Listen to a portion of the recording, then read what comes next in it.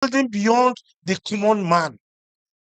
We discovered that 60 to 70% of cost of building is linked with construction materials. If construction materials can be made available far lower, better, building will be made affordable to people. And we discovered that the cost of equipment just make up 10 to 50%, 15% of the cost of building. So equipment to use to build contribute just about 10 to 15% of the cost of the overall building. But the cost that really affected the cost of a building is the cost of material the building is made of. So a problem has been identified and professionals or forum was established like this to come up with solution on how buildings can be made affordable. It is a welcome development. Let's put our hands together for this wonderful group of people called Shelter 2023. They came up with this wonderful idea. Despite that the attendance is low, I feel it should not be a discouragement to them, but rather it should be like a challenge. What do we do better next time that the attendance will be better? What is it that we are not doing right today? You see, normally in life, when you discover a little bit of failure, don't look at it as a failure. Look at it as a challenge. What would I put in to make it better next time? So after commending you, I want to mention that building or shelter, as you can call it, it's a fundamental human right component that a human being should have a house. And that is the responsibility of the government of the day to ensure that houses are made affordable to its citizens. The responsibility of a government is to provide security and property, to secure your property and your life. That is a responsibility of a government. But the problem is this life, for it to be secured, it needs a system where it's protected. And that's part of the system is a decent accommodation. We have various types of building, from thatch roof to clay to estates, different categories. They are all buildings. When you see a Fulani man inside his hut, as far as he's concerned, he's inside a what? A shelter. It's a building based on its own. It has, but does it meet up the standard we are talking about? You see in the village a round hut with mud, with thatch roof. It is a shelter. But does it meet the standard we are talking about? So this forum is a welcome development. It's the forum where we are going to subject all this type of shelter with the view to coming up with what we call a standard accommodation that is affordable to all. Nigerian Building and Road Research Institute is an institute that is established to conduct research. And NIPRI has been in existence for over 45 years. All NIPRI has been doing is to carry out research with the view to make building affordable for the common man. So today we are going to brainstorm and we'll come up with a recommendation. Normally, I've been a teacher all my life. I taught in the university for 26, 27 years before moving to the research institute. As an engineering student, we did a lot of calculation when we were in school. A lot of add mass, a lot of differentiation, a lot of addition, integration, just to mention a few. Times you do this calculation, you just read to understand to pass. But you hardly implement them in life. You hardly put them into practice, but you have studied it. Today, what I want us to look at is not to look at integration or differentiation that will end up in nothing, but let's look at practical approach. What is implementable in Nigeria? You can come and tell us and compare us with US, compare us with London, compare us with France, but we want a situation that is applicable and adoptable in Nigeria. The one that is okay in terms of our weather, the one that our climate is okay, the one that our can understand and put it into practice. Give us something that we can do in Nigeria. An ideal system does not exist in Nigeria. A situation where you find ideal system outside, you are bringing it to Nigeria. Look inward. What aspect in terms of local content can we do? Normally, when you look at a building generally, a building will have different components. It has the roofing part, it has a wall, it has a window, it has a POP or ceiling, it has different materials that makes up of it. But despite these materials, we keep on complaining that the cost of building is on the high side. People cannot afford it. Now, let's look at in terms of wall. What can we do that will replace the normal wall we'll have? That will make the cost of wall to be cheaper. What do we do in terms of POP or ceiling board that is cheaper? What roofing material can we use that is cheaper? What type of floor or tiles can we use that is cheaper? The end, the idea is to bring down the cost of building for you and me to afford it. I just visited a stand before coming up here. The woman told me that a building is approachable and I can get a house. I said, how much? She couldn't tell me the money. But she told me that there is a plan that is friendly that I can key in to own a house. I'm a civil servant, maybe with a salary of 350 to 400,000 in a month. Can I afford a house that will cost 100 million? But when you visit most of these stands, this is what they're advertising. A duplex will cost 150 million in Maitama, 200 million in this.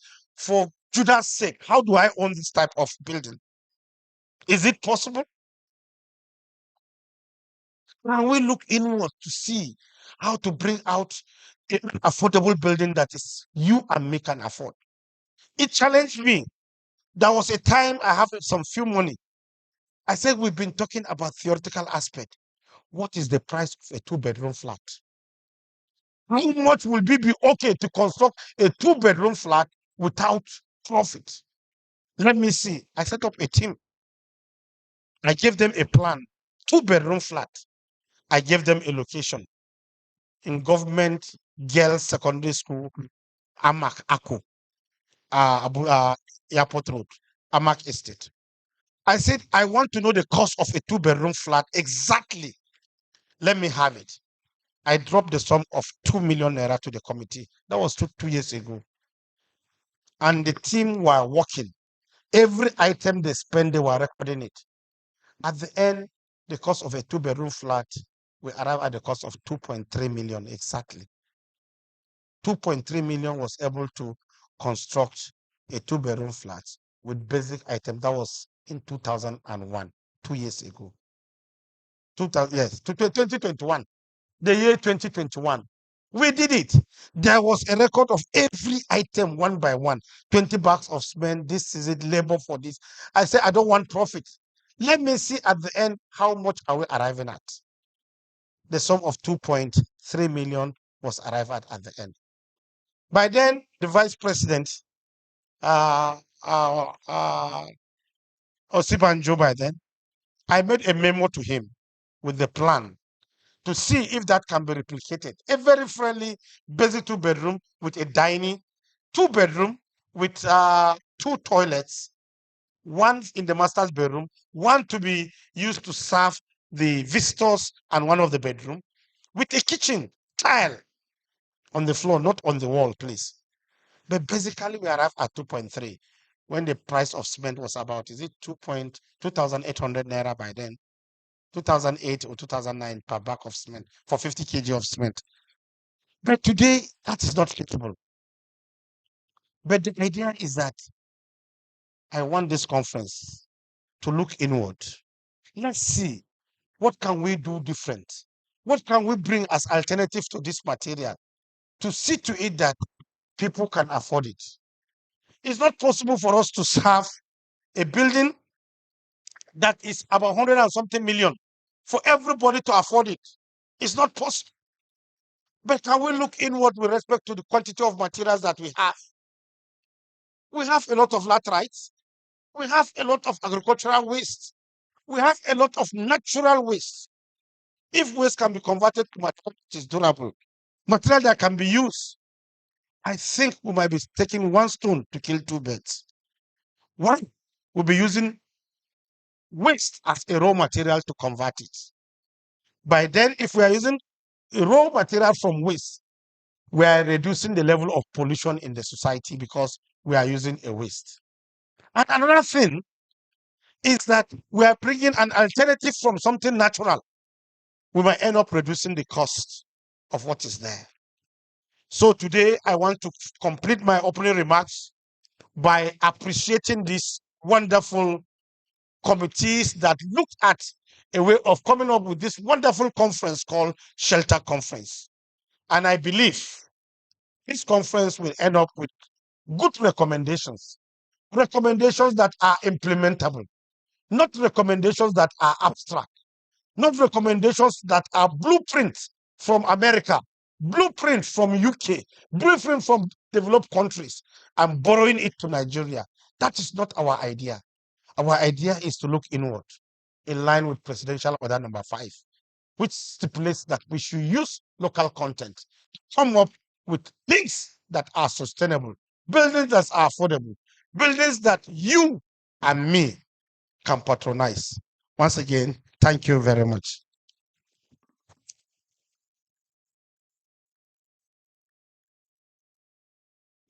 This is not the keynote address. This is just the address of the chairman of this occasion. Thank you very much.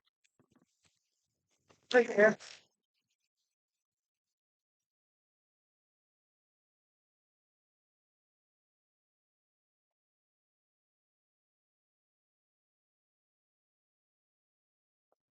Thank you very much, sir. Um, Please, another round of applause to our chairman. Yes. The Director General and CEO of the Nigerian Building and Road Research Institute, all the way from Abuja. You're very welcome, sir. Yes, sir. While we were listening to the opening speech by the chairman, the commissioner of the Edo State Ministry of Water Resources walked in with one of his directors. So I'd like to welcome you, sir. You're very welcome. Thank you for being here. You're very welcome. Okay. So today we had to make some adjustments to the program because of a few hitches.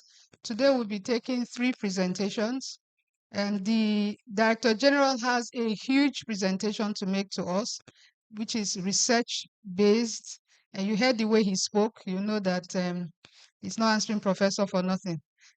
Okay. All right. So he'll be giving us a presentation, but I think we'll give him a break first. We'll call on the Millard Filler Foundation to share their experience. And the Millard Filler Foundation is a housing foundation that delivers affordable homes to Nigerians, and they've done over 1,000 homes. If you were here last year, they showed their 1 million naira house. Who would believe that there can be a house 1 million naira? Yes, they will demonstrate today. Because I'm always very elated when I invite them to speak. What they are doing is sharing their experience, not theory, what they are doing, and are providing decent homes for people that ordinarily will never have their own houses. So they are doing a great job in Nasarawa State, and we are learning from them to see how whatever is working there can be brought here also to help people have their own homes. I was amazed when I went to visit one of their estates, I think about 3 of their estates, and you had beautiful play courts, beautiful layouts, and the people that are living in them are widow, market woman, simple people that you will not think will get a house, but living in decent gated estates. Imagine what will happen to those children when they grow up. They will be seeing a great future because they are not seeing poverty and lack and slum. So that a person does not earn millions does not mean he cannot live in a decent space. So I don't know if this setup, can we present now? The Millard Filler presentation. Sir. So let's have Architect Sam Odia. He's the CEO. Morning, ladies and gentlemen. It's my honor to be here. I stand on existing protocols, but I recognize all the heavyweights and my lords, spiritual and temporal, here in the midst. Our chairman, thank you very much. Lovely meeting you. And I hope that when we go back to Abuja, that we'll be able to continue the conversation. I was very impressed by the fact that you were able to produce 2-bedroom with 2.3 million. We did about the same actually, because we put up a few prototypes. The studio apartment, which was the core house, was about, we're trying to get we call it the 1 million naira house. And later on, my colleague, John Urubemi, who is there with me, head of our marketing team, I hope he'll be able to speak about our experience in marketing those houses. But we were able to build 2 years ago, also 2021, when the price of cement was still fairly stable, a core house at 1.1 million. We were trying to get below 1 million naira, but we went just above it. Our 2-bedroom unit was about double the amount. And then we had another apartment where we went all out to furnish the unit. I might speak a little bit more to that as the presentation goes on. Do we have the first page? Let's have my presentation up on the board, please. Can I have the Millard Fuller Foundation presentation up, please? The cover page, just the cover page. Okay. So low-cost mass housing delivery by the Millard Fuller Experience, presented by Sam Odia, CEO of the Millard Fuller Foundation. I just want to say, next page, please. I just want to say that my organization, the Millard Fuller Foundation, is named after a gentleman by the name of Millard Fuller, who founded a global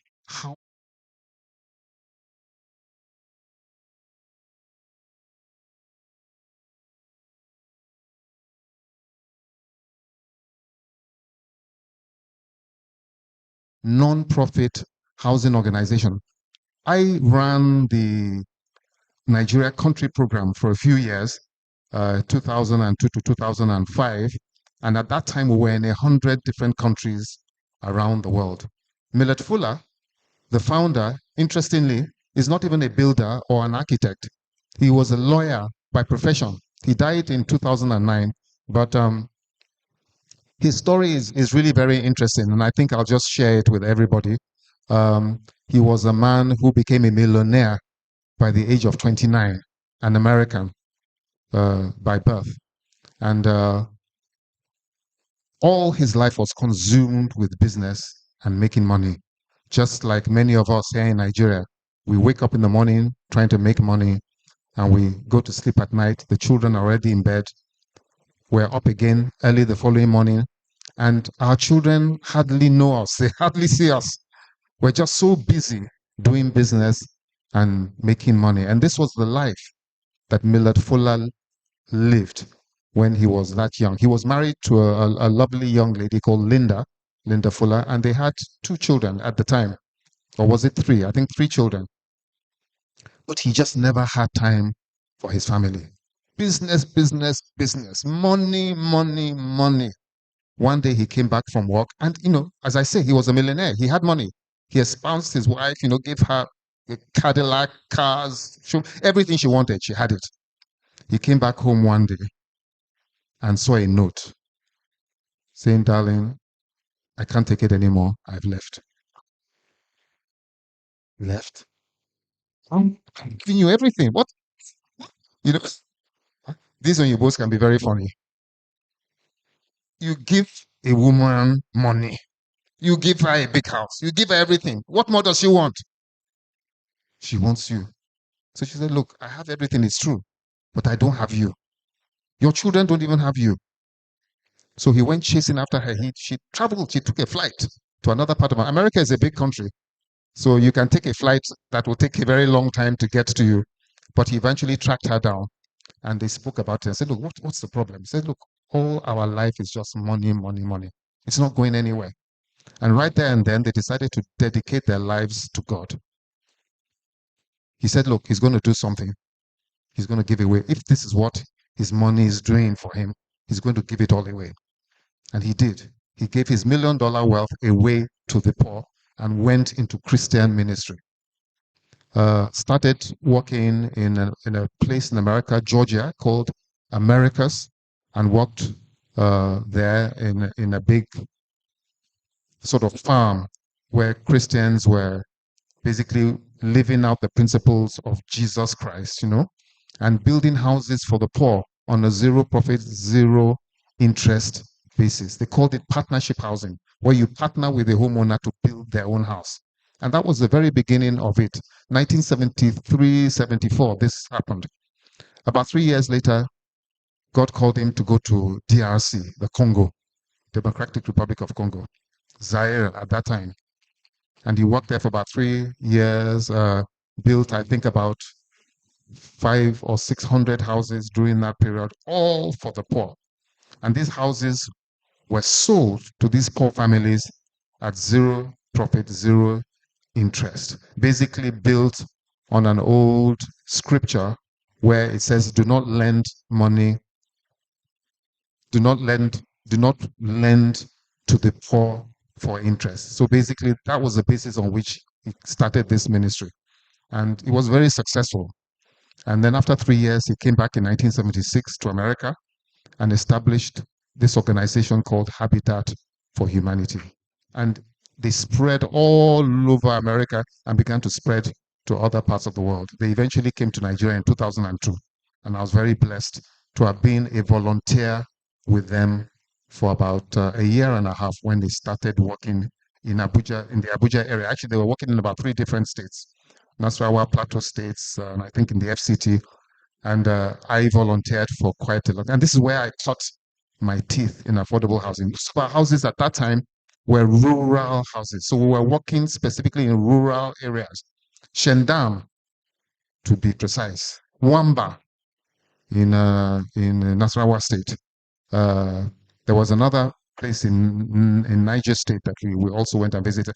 Luvumadaki in Nasarawa State. These were the areas where we established housing programs together with poor community members. So this is a little background to myself. God called me. I believe that God called me to do this. And while it's a Christian ministry, we do not discriminate. We work for all. We believe God loves everybody he has created.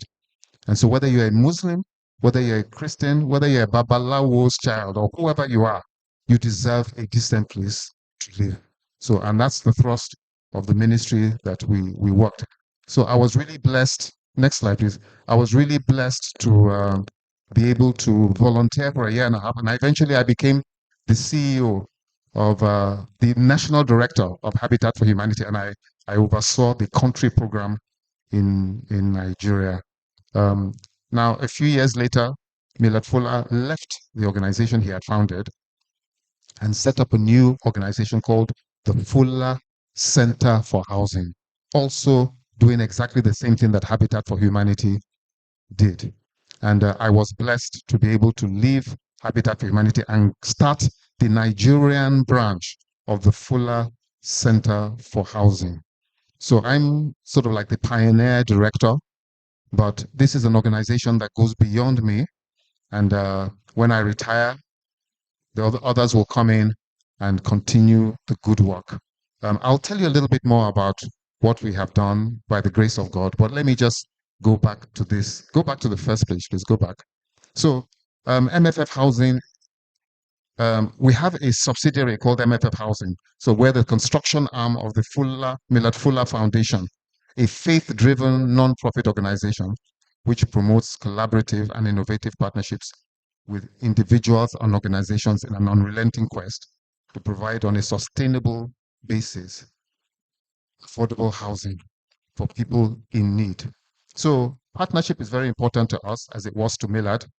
We believe that we're partnering with the people that we're working with, and we need to do this work together. Partnership also with other organizations, which is why I'm just so happy to have here the Director General of NIBRI, who I believe has a lot that they can offer us. And it would be lovely for us to be able to work together going forward, and others as well. We wish to partner with everybody. Many people come to our sites and our office, and we give them, our practically all the details, and my staff often ask me that, okay, why do you give all our secrets to everybody? There's nothing that we hide. We believe the more people that are doing this, the better for Nigeria and the better for the world. So we have no secrets. We open up and we let you know what it is that we're doing.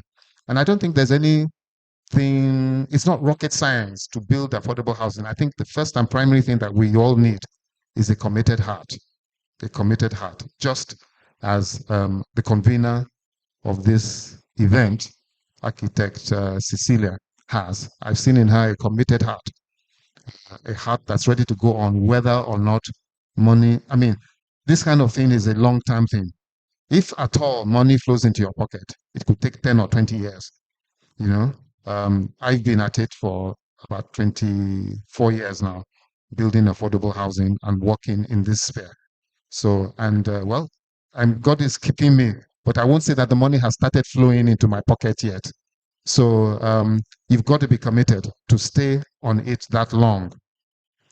So from the onset, MFF has focused on housing delivery to the lowest cadres of society. So we're not that interested in building luxury housing, even though we can. I'm an architect by profession. My wife is also an architect by profession, but we typically do not build luxury housing. We try to build housing that's really suited to the low income. And we emerged from a background of rural housing, focusing on the rural poor and transforming into a suburban developer, working in informal settlements on the outskirts of the city. At the moment, we're doing all of our work outside Abuja in Nasarawa State, which is a neighboring state. But our plan actually is to be in every nook and cranny in every state of Nigeria. Next slide. So we realized that it didn't matter how qualitative our houses were or how quickly we were going to be able to deliver if the final products were out of reach to a vast majority of our people. If they were inaffordable for most people, then we were wasting our time. And I'm so happy with what Professor Sampson has said. There's no point doing all these things if the people for whom you are doing it cannot afford it. So that's really the essence.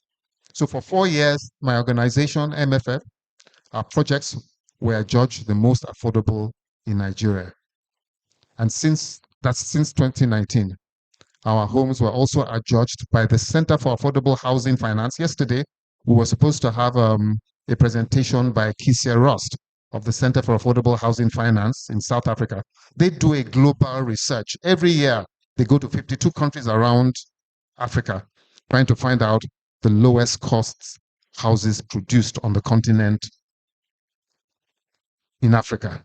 And ours has consistently been the most affordable in Africa. So it's not just Nigeria, but in Africa. So at that time, this house you're looking at here, it's the particular unit that they came and studied in 2019.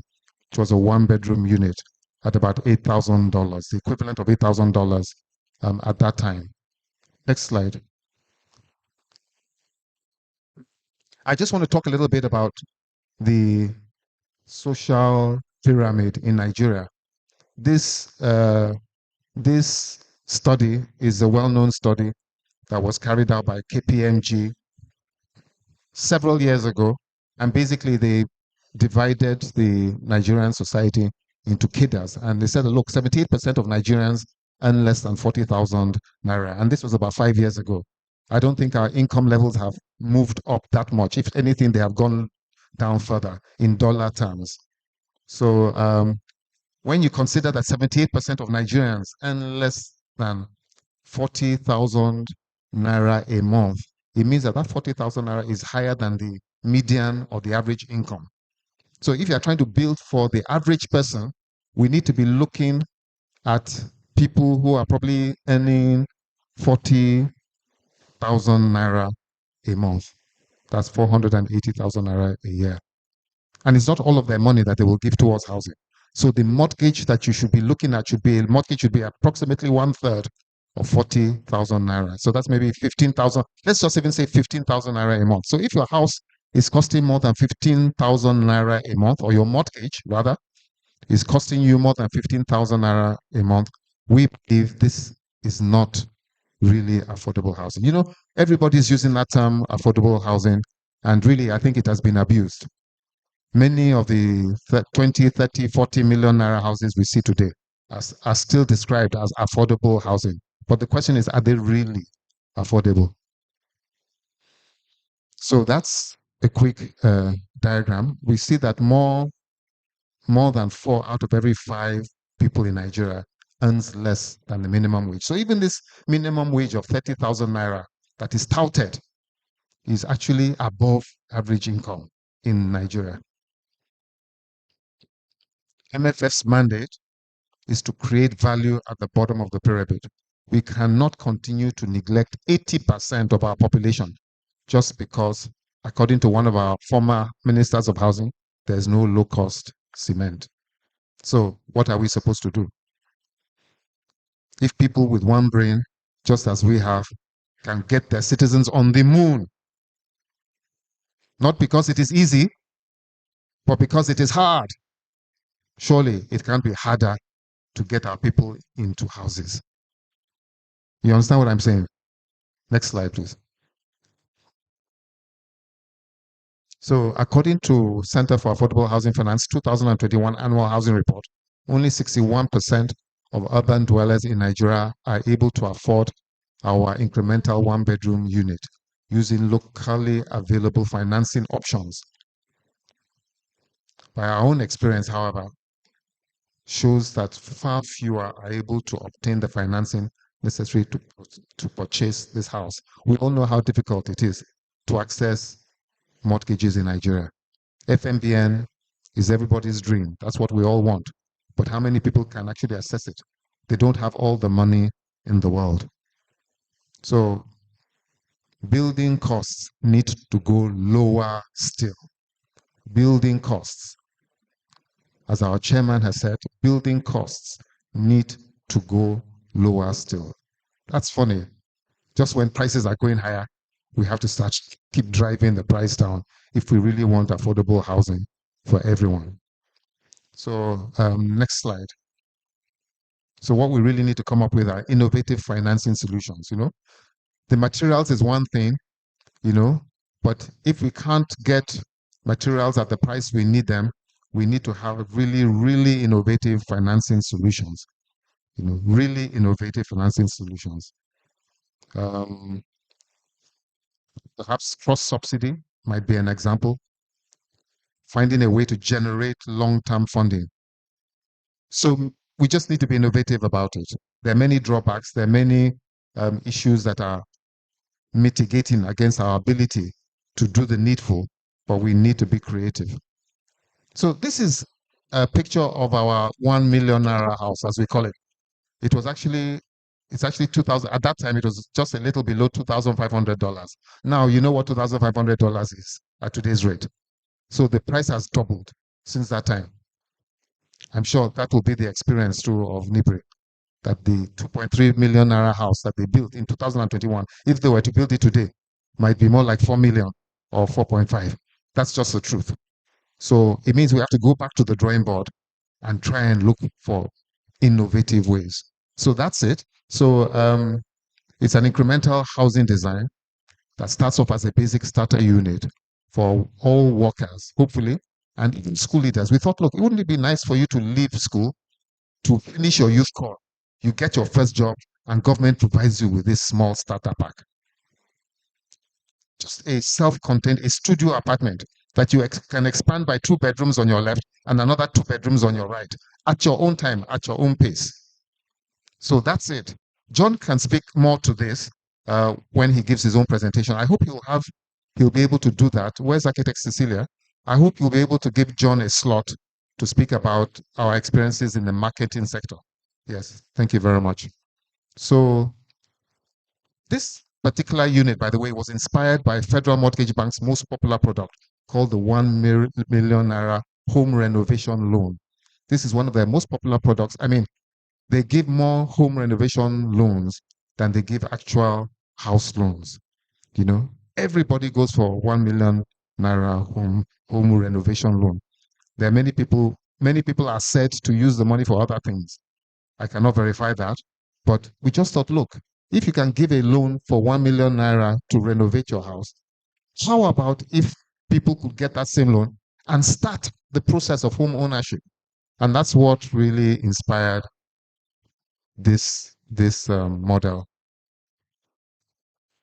So the mortgage sector requires urgent development and support to be able to play its proper role. Next slide, right. So MFF Housing, as architect Cecilia mentioned earlier, has built more than 1,000 affordable housing units and plans to deliver more than 10,000 green smart homes in the next couple of years. That's the vice president there.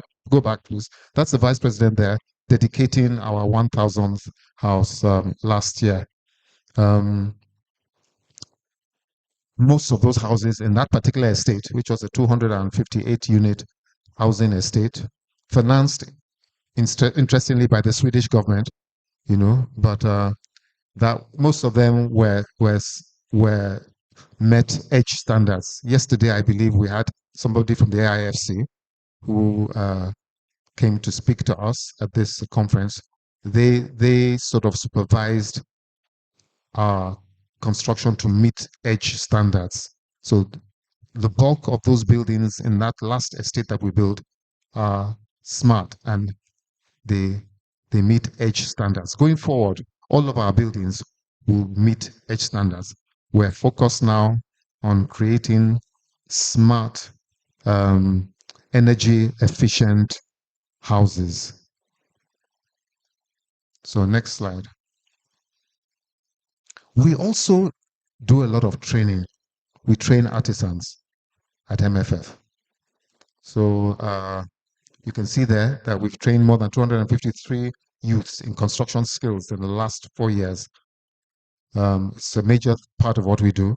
The German agency GIZ sponsored quite a number of trainings several years ago in our organization and was able to equip our studios with quite a lot of equipment that we use on a regular basis to train young people in masonry skills, in carpentry skills, electrical skills, ironmongery, iron bending, and so forth. So we do quite a lot of training. Next slide.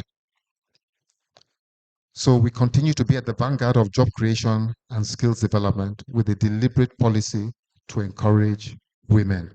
We want to encourage more women in the construction field. Gone are the days when they say, no, building is a man's job. Gone are the days. It's for both men and women. Next slide. So we work with partners, and many of the partners who have helped us on our way are listed there. Our main partner, as I said to you earlier, we are the local affiliate of the Fuller Center for Housing, which was founded by Millard Fuller himself in America, the Fuller Center for Housing. We are the Fuller Center for Housing in Nigeria. We couldn't register that name, so the name that we registered that was accepted by CAC was the Millard Fuller Foundation. So we work quite closely with them. We work very closely too with another organization in the UK called REAL. They used to be the Homeless International. They became REAL a few years ago, but they also fund most of the projects that we do at present. We have another organization based in Belgium called Celavip. You can Google all these names, celavipinternational.org. They also build very low-income houses for the poor in Latin America and in Africa. REAL is building with about 18 or 19 partners, both also in Asia and in America. I'm sorry, in Asia and in Africa. The German development agency GIZ also has, as I've mentioned, has partnered with us, particularly in skills development. And then Family Homes Funds, we have worked with them over the last few years. They have funded one major project, and they've also sort of been involved in other projects since then. So partnership is really very, very important to us. Thank you. Next slide. That's our family. Mrs.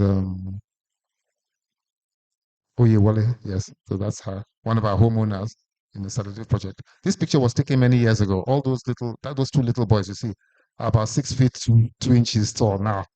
So next slide. Next slide. So we were talking about the most affordable house in Africa. So how did we do it? So we typically locate estates where land is cheap. So many people are against that. They feel that affordable housing should be close to the city centers. But look, how do you overcome, unless government is ready to donate prime land to you, which as far as I know, government never does. Government never does. So unless government is ready to do that, or people are just ready to donate to you to do that, we have only one choice, and that is to go to the outskirts of the city, which is what we did. So the economies of scale also are important. So typically we will be constructing at least 250 units in a go, possibly up to 500 units. So the units are very small. Our units are small in size, very compact, beginning from 25 square meters to about 70 square meters, typically.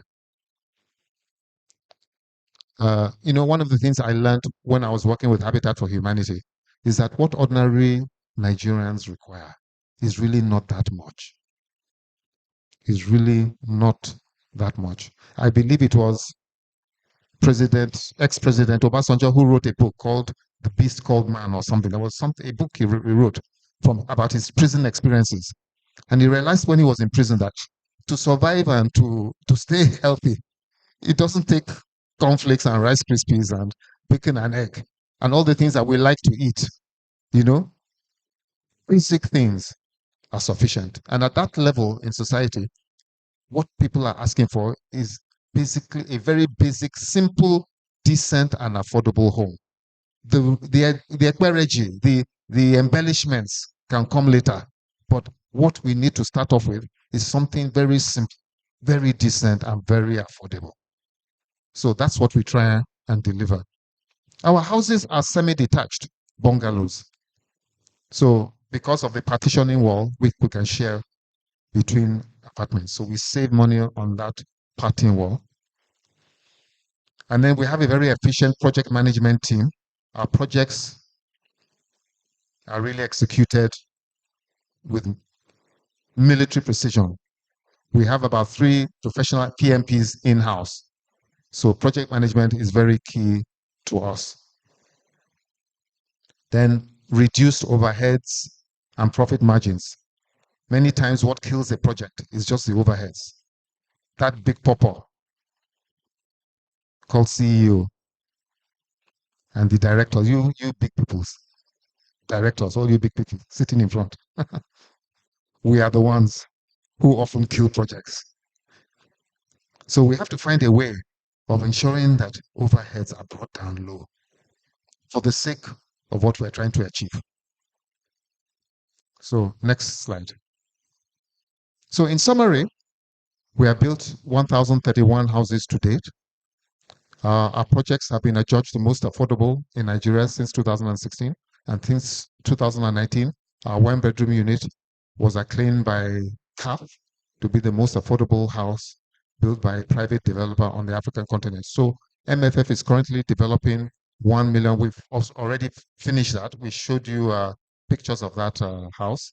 And over the last 5 years, we have built more than 650 affordable housing units. So we have also trained more than 253 youths in construction skills. So we continue to be at the vanguard of job creation and skills development with a deliberate policy to encourage women. Next slide. So MFF Housing Limited and the Millet Fuller Foundation seek to extend their know-how and experience also to Edo State. It's a pity that we don't have the government representatives here. And we would like to partner with its people. For me, it's coming back home. I'm an Edo man from Ozala, actually, in Noma West local government. And I'm a Lagos boy, though. So, like many of us, we grew up outside home. And so it's time to come back. And we would like to partner with the people of Edo and the government to provide truly affordable housing to our people here in the state. Next slide. So that's one of our estates. Thank you very much, ladies and gentlemen.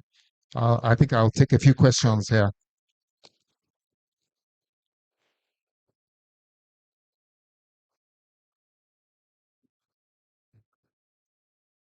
Thank you very much, sir. Thank you very much. Please, another round of applause for him. Thank you. Okay. Would like to take the questions together. So I'll call that everyone should just take notes. Whatever questions come to your mind, just put it down so we can take the questions together with the panel. I'd like to welcome Architect Monica Iribogbe from the University of Benin Teaching Hospital. Thank you very much, ma'am. I appreciate your coming. Thank you. I also like to crave the indulgence of the Commissioner of Works to please stay a little longer with us. I know your time is very precious, but I'm saying it because I need a little more of your time. Commissioner of Water Resources, thank you, sir. Thank you very much. Please, I know your time is very critical, but I'd like you to spend a little more time with us. I hope I'm not asking for too much, sir. So I'd like to invite the DG over now to make the presentation from the Nigerian Institute of Building and Road Research Institute. Thank you. Let me start by appreciating the Commissioner for Water Resources for gladly accepting the request of our own architect, Cecilia, to stay longer than the time he has come. Let's put our hands together for him. So, Commissioner, when we see you, we feel at home. We feel that the government is still with us. We are thinking that we are only speaking to ourselves. But seeing you coming, it tells us that at least to some extent we are covered. When we talk, you will take the message to His Excellency. Once again, I'm back to present my paper. I will try to be brief as possible because I don't want to keep the commissioner waiting. But what I believe is that after the entire scenario, I believe the commissioner will key into a project. He's in water resources, quite all right, but he needs a house for his staff in water resources to stay. Without a house, there won't be water. No be so?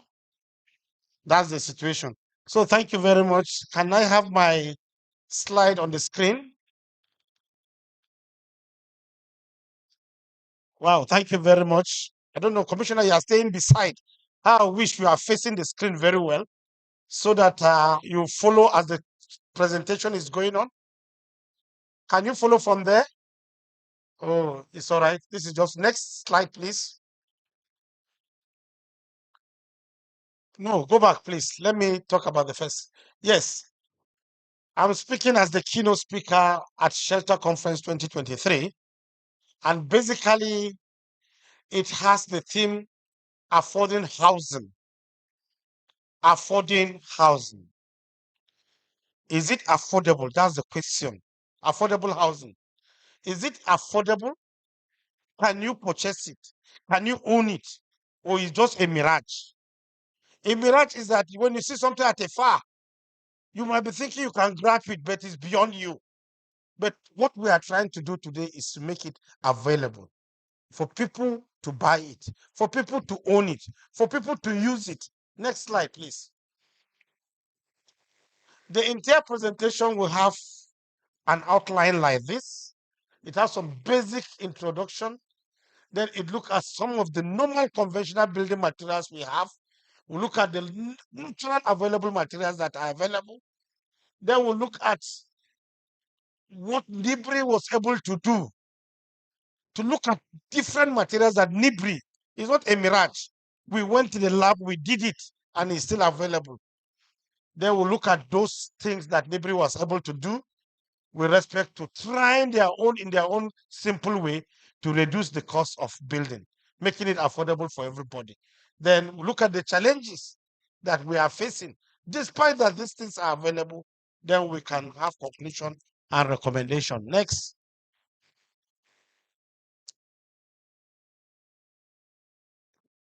This is just a simple story trying to tell us the importance of a building. We said apart from food, the next important thing is building, which is shelter. We all know that the society emphasizes on building. And if you have a building, it shows the class of person you have in Nigeria. There will be someone who will tell you that the type of building denotes who you are. I know someone that I know very well. He cannot visit his village. And the reason for not visiting his village is that he does not have a building in the village. He will stay in the town and do everything. Anytime he visits the village, he must come back. He will not sleep there. And the reason for him not sleeping, because there is no building he can call his own. So you can see building denotes culture. Building denotes who you are. It tells you the type of class you are in the society with the type of building. Despite that building exists, and if you look at a building, it is constructed from materials. And despite the available of materials we have, the cost of building continue to go up. Why? And that is that. The idea is that where you have a normal conventional building materials, let's look at the possibility of coming up with what we call an alternative building material. An alternative building material, we are told it is friendly, it is available, you can use it to replace the normal conventional one. Next.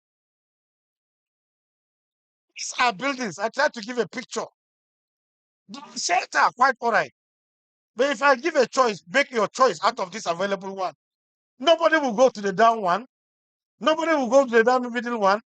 But these are available shelters that are in use in Nigeria. The one looks beautiful at the left one. The one is a shelter, but people, the big men now, they try to emulate it by being a show. You can put it at part of their own house. They go in, take it as a recreation center, and they live. And it's very nice. This is a mud house. This is also a mud house. But this building, which one meet up the standard requirement of a building? For a building to be accepted, there must be a standard requirement that it meets up. If not, what you are talking about is not a building. The middle one and this one does not meet the requirement because every walling material has a requirement that meets up the standard. Every roofing material has a requirement that meets up the standard. For the material to be accepted, the material must meet up the standard for building regulation. Next. We are blessed as a country. We are endowed with quite a lot of different construction materials, and they are existing. But the idea is that these materials are not being utilized. They are existing, but its utilization is almost far, far below 50%. We are meant to understand that building materials are one of the main components of building. As I mentioned earlier, 70 to 80% of the cost of building is related to the material the building is made of. Which is why a building exists, but what makes up the cost is the material that is inside. I want my material to be imported. Standard. When someone enters the house, they know that I have money. And that is the class. Building can be made with simple material and it can be made with high. But the idea is that we Nigerians, we have a way of dichotomy in terms of class. And that class comes in form of a building. Someone will tell you that the best way to know someone that has money is to look at the type of his building. True or false? When you see a politician house and when you see a house of an academician, not that they don't have taste, they do have. But what differentiates them is the what? The quality, the material the building is made of. So building plus a class. Building can serve as a tourist center. People can take a visit. Please go to that place. You'll see how beautiful that house is. People will visit that. The idea is to taking pictures. They are taking pictures because the building is so beautiful. And what makes up the beautifulity of the building is the material the building is made of. A material that is high in class goes to tell you that the cost of the building is what? Very high in line with that. Despite that, NIBRI has come up with different research. The idea is that we are trying to work towards ensuring that the cost of building is affordable. And that is why NIBRI carried out research and championed that research so that this material can be adopted in the production of mass building. Next. We are meant to understand that building is deficient. Many people cannot afford it. As I mentioned earlier, how I wish there would be a law. Go to Abuja Metropole. 60% of those estates are empty. Go to the estate, empty. I'm telling you, empty. Nobody is there. And those buildings has been there for the past 5-6 years. And government are busy watching them. Can't you tax those buildings so that this building must be given out? Maybe the price tagged on those buildings, nobody can afford it. And the people are not even complaining. The building is there, the generator will be run in the day, and so on and so forth. Nobody can occupy it. Nobody can afford it. Nobody is talking. Nobody can go there and grab it. Go to Gado Estate, there are quite a lot of empty houses. But somebody will travel 2-3 hours outskirts, and that is where he's staying. Whereas there is accommodation in town, he cannot what? He cannot afford it. Why? Because of construction materials. Next. This is an idea of someone in a slum. They are trying to look for a way forward. You can see it is a school. These are water around. They created something out of slum to create a building to teach. Look at this. These are not fictitious pictures that is painted. This is a live picture existing in Nigeria. Humanizing. But one person in Nigeria, one, are billions of dollars and naira that we can transform this to become a forgotten issue. But look at how slum this area is. Next.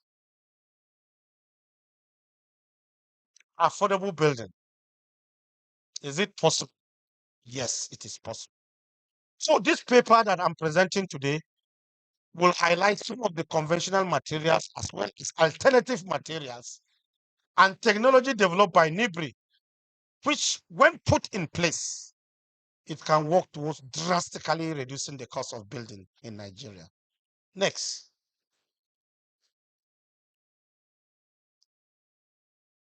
Next, there's nothing much here.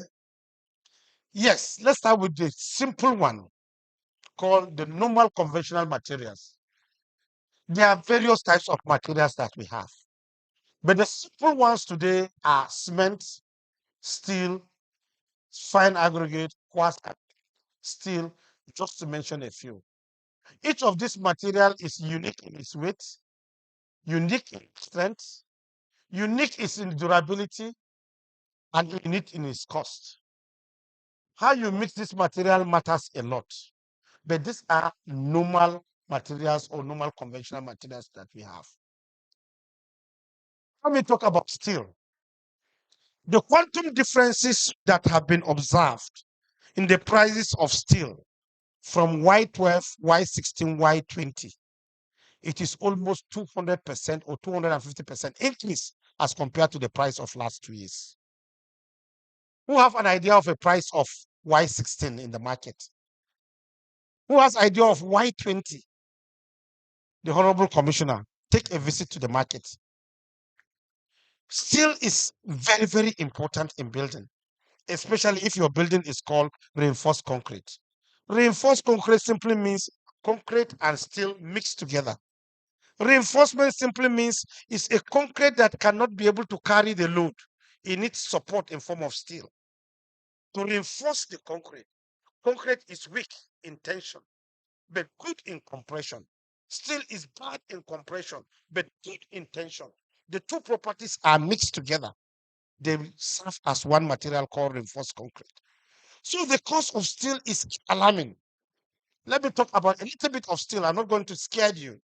We have a very big machine in NIBRI called UTM. It is called Universal Testing Machine, UTM. The properties of steel today is at alarming. 60 to 70 of the steel properties are failing in Nigeria.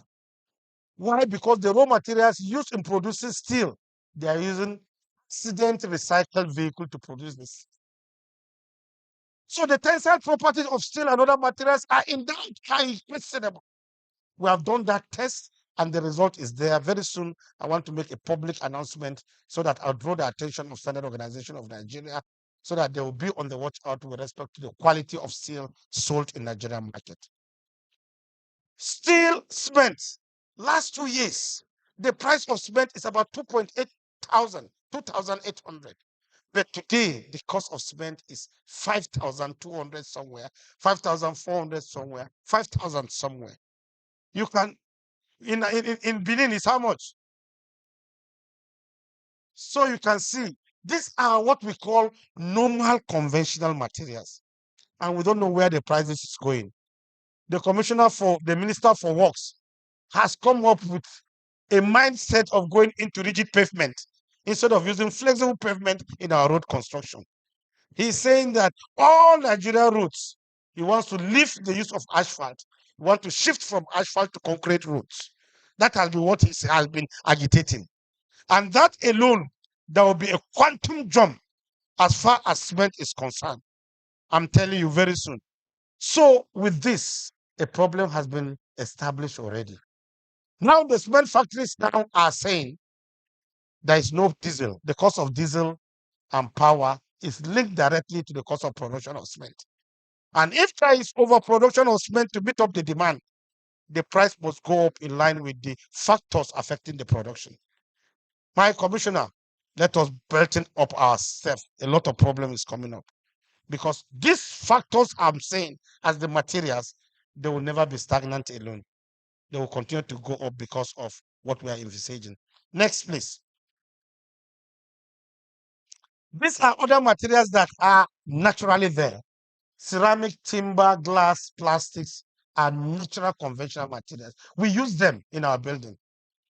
But if we can have a shift from these normal conventional materials to an alternative material that is cheaper, we are saying we are working towards drastically reducing the cost of building. Next. Now, let me go through an x-ray of different materials that researchers have worked on. There are quite a lot of journals to tell us that they have worked on and the material can be used to produce an alternative material. This one is agricultural waste called rice.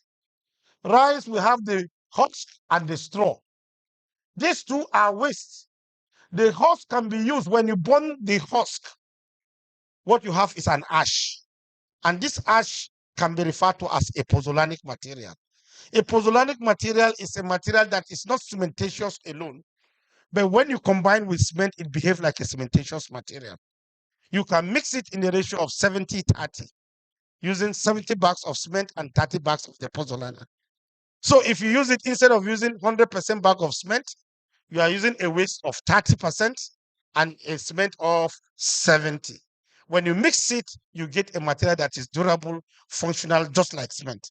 So we were able to produce blocks, and you can see the production in terms of the quantity of rice produced in Nigeria is about 8.34 million metric tons.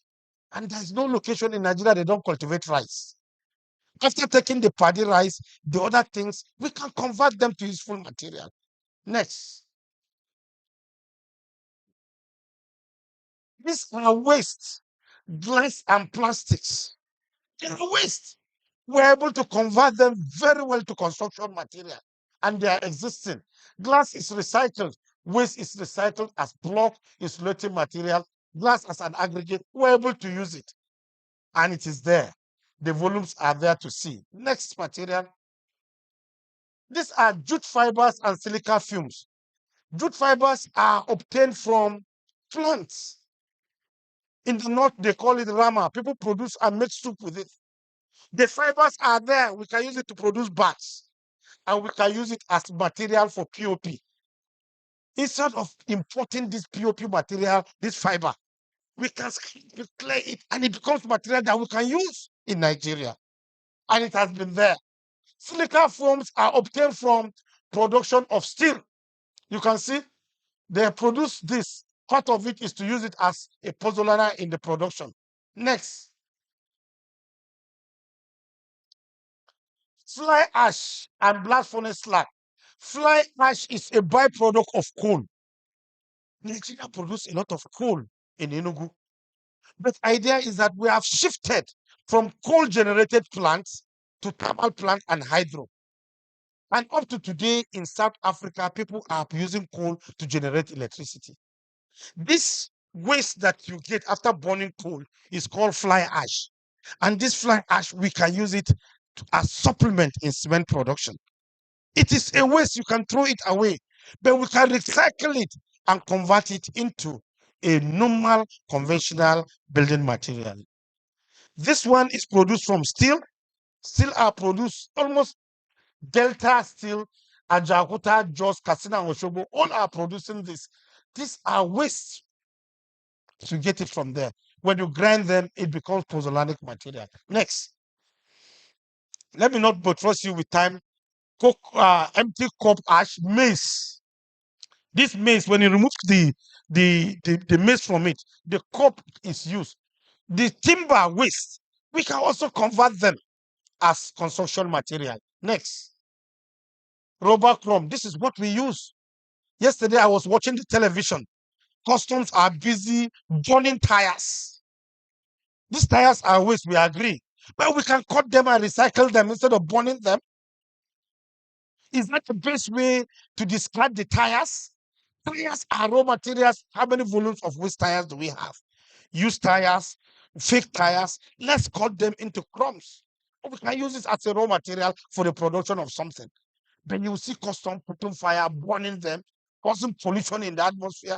I wish we can educate them by saying, cut these tires, give it out as raw material. People can recycle them to something better as far as construction is concerned. When there is collapse of building, waste from it, like recycled concrete aggregate, we can break them.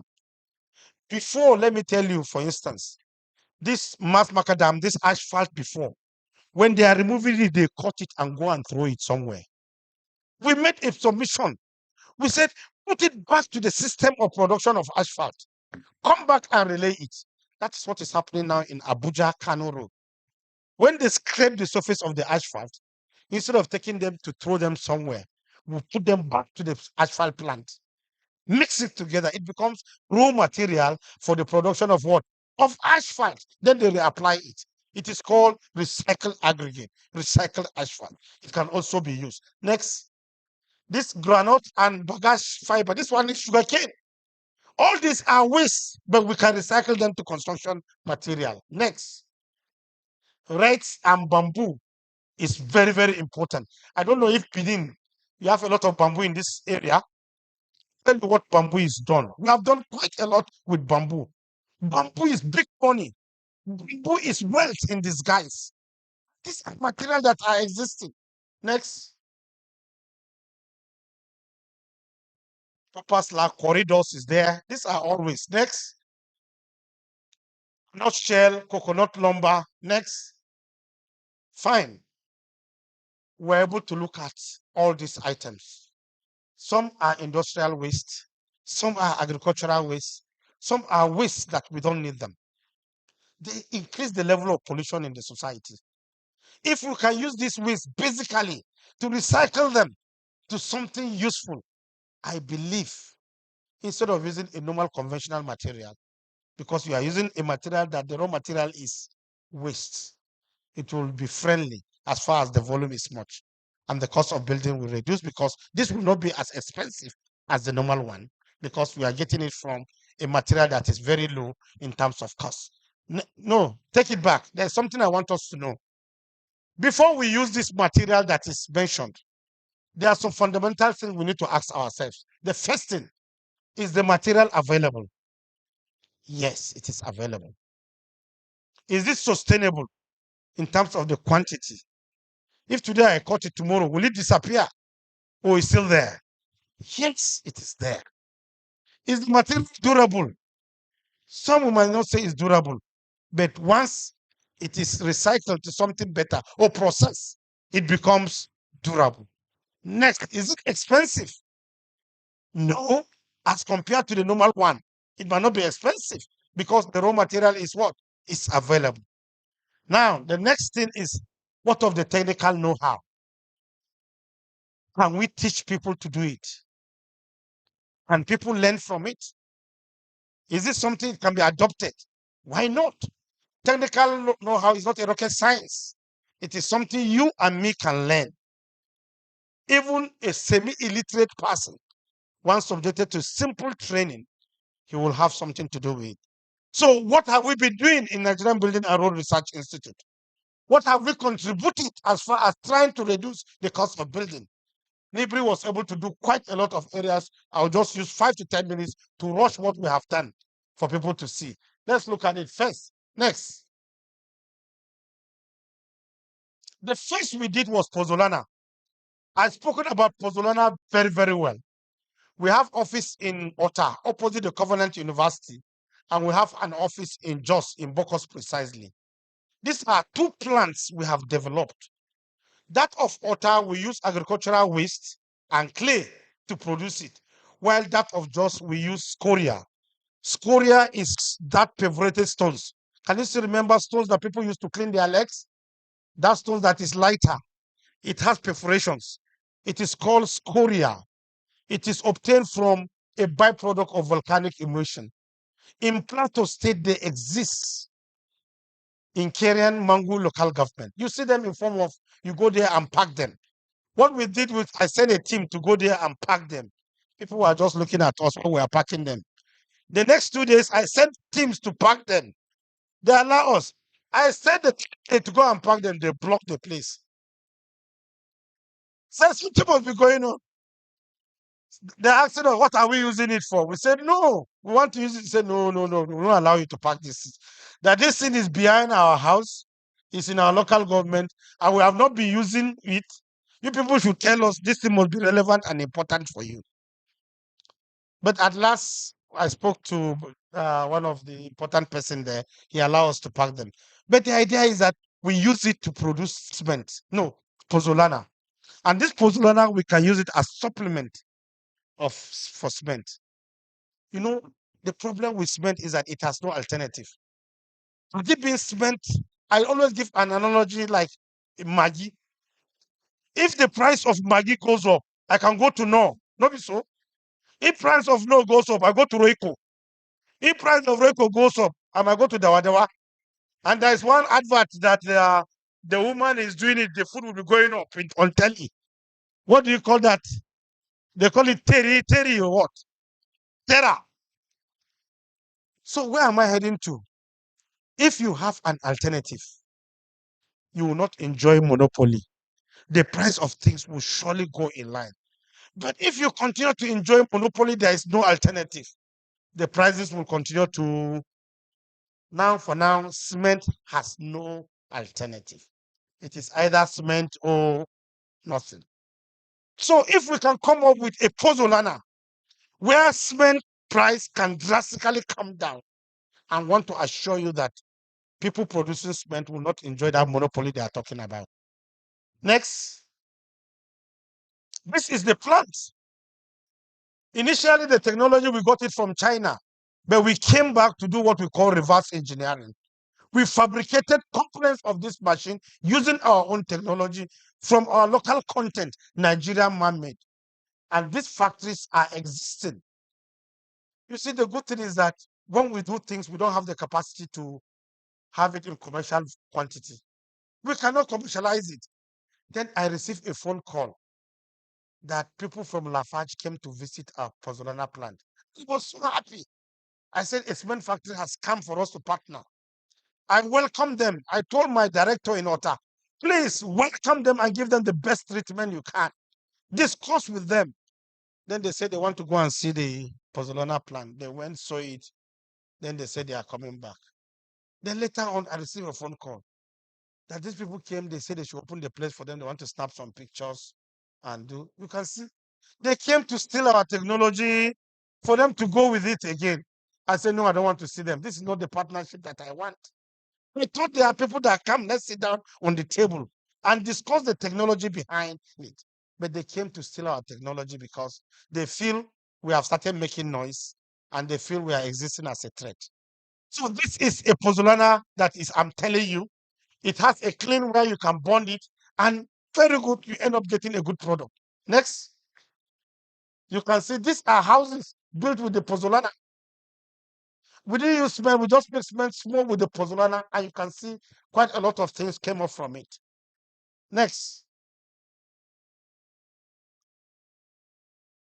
the other thing that we have done quite all right, we discovered that the walling components of most of Nigerian building is constructed with concrete blocks. And concrete blocks is basically cement and sand with water. And the cost of cement keep on going. We discovered that we have quite abundance of laterite around. There is no village you go, there is no laterite. Even the mud houses that we inherited from our forefathers were constructed from laterite. I say if we can construct blocks with laterite with small quantity of cement, the cost of production of walling unit will go down. We came up with what we call compressed art blocks. Initially, we had a partner with Hydroform from South Africa. Then we said, no, we cannot continue to rely on another country. We said, give us knockout parts so that we can assemble. And gradually we said, no.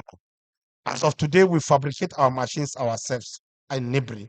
And those machines is what we are using to produce these laterite blocks as of today. Let's see what is there. Next, compressed art blocks. You can see this machine, which is from Hydroform. This is what we fabricated as. And we have even improved on this fabrication as of today. Next. You can see all these buildings beautifully made. I'm telling you. This one is built, this one is in Tafa Balewa University, this one is in Abuja. These are all existing. But the good thing about these compressed art blocks, which I have tested, is that during cold weather, when you go in, it is warmer. During warm weather, when you go in, it's cooler. It regulates the temperature around it. And the technology of it is very simple. An illiterate person, when you teach him, he knows how to operate it. He knows how to produce these blocks. He knows how to cure them. And you don't use cement again in joining them. What you do is just lock them. There are keys inside, there are grooves. You just lock them. Yes. And if you want to deconstruct them, you want to remove it, you want to demolish them, you can remove your property JJ without destruction. And you keep it and you take it elsewhere to use.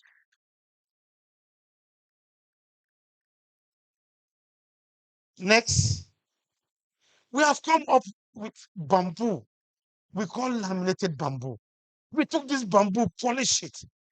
We added one or two things. I don't want to tell you what we added. But the idea is that we came up with bamboo panels. It is called bamboo laminated panels. You can see how beautiful it is looked. It can be used as a ceiling material. It can be used as a walling material. It can be used as a flooring material. It's purely bamboo. There's no things about it. It is not a rocket science. We have a machine that compresses it. We put gum and some few things. We polish it, and it became a wonderful material. So you can see how beautiful this one is, purely from bamboo. Next. Here, we look at steel. Steel has been an issue. What do we do to replace steel? We said, let's make an effort. I know bamboo cannot replace steel, but let's see where the load is not much. Let's see where we can replace main reinforcement with bamboo. Instead of taking the main reinforcement Y16, we use bamboo. Then the stirrups, we use steel. All is working towards reducing it. But the bamboo, we treated the bamboo so that ants and others will not make it to decay. We were able to construct a story building using bamboo, replacing steel. Let's look at how we did it. And the building is standing in water. Let's see the pictures of what we did. Wait, you can see this is how we use it to treat the bamboo. And look at it. The bamboo, this instead of steel inside, they are all bamboos. Next picture, please, for people to see. You can see bamboo are inside.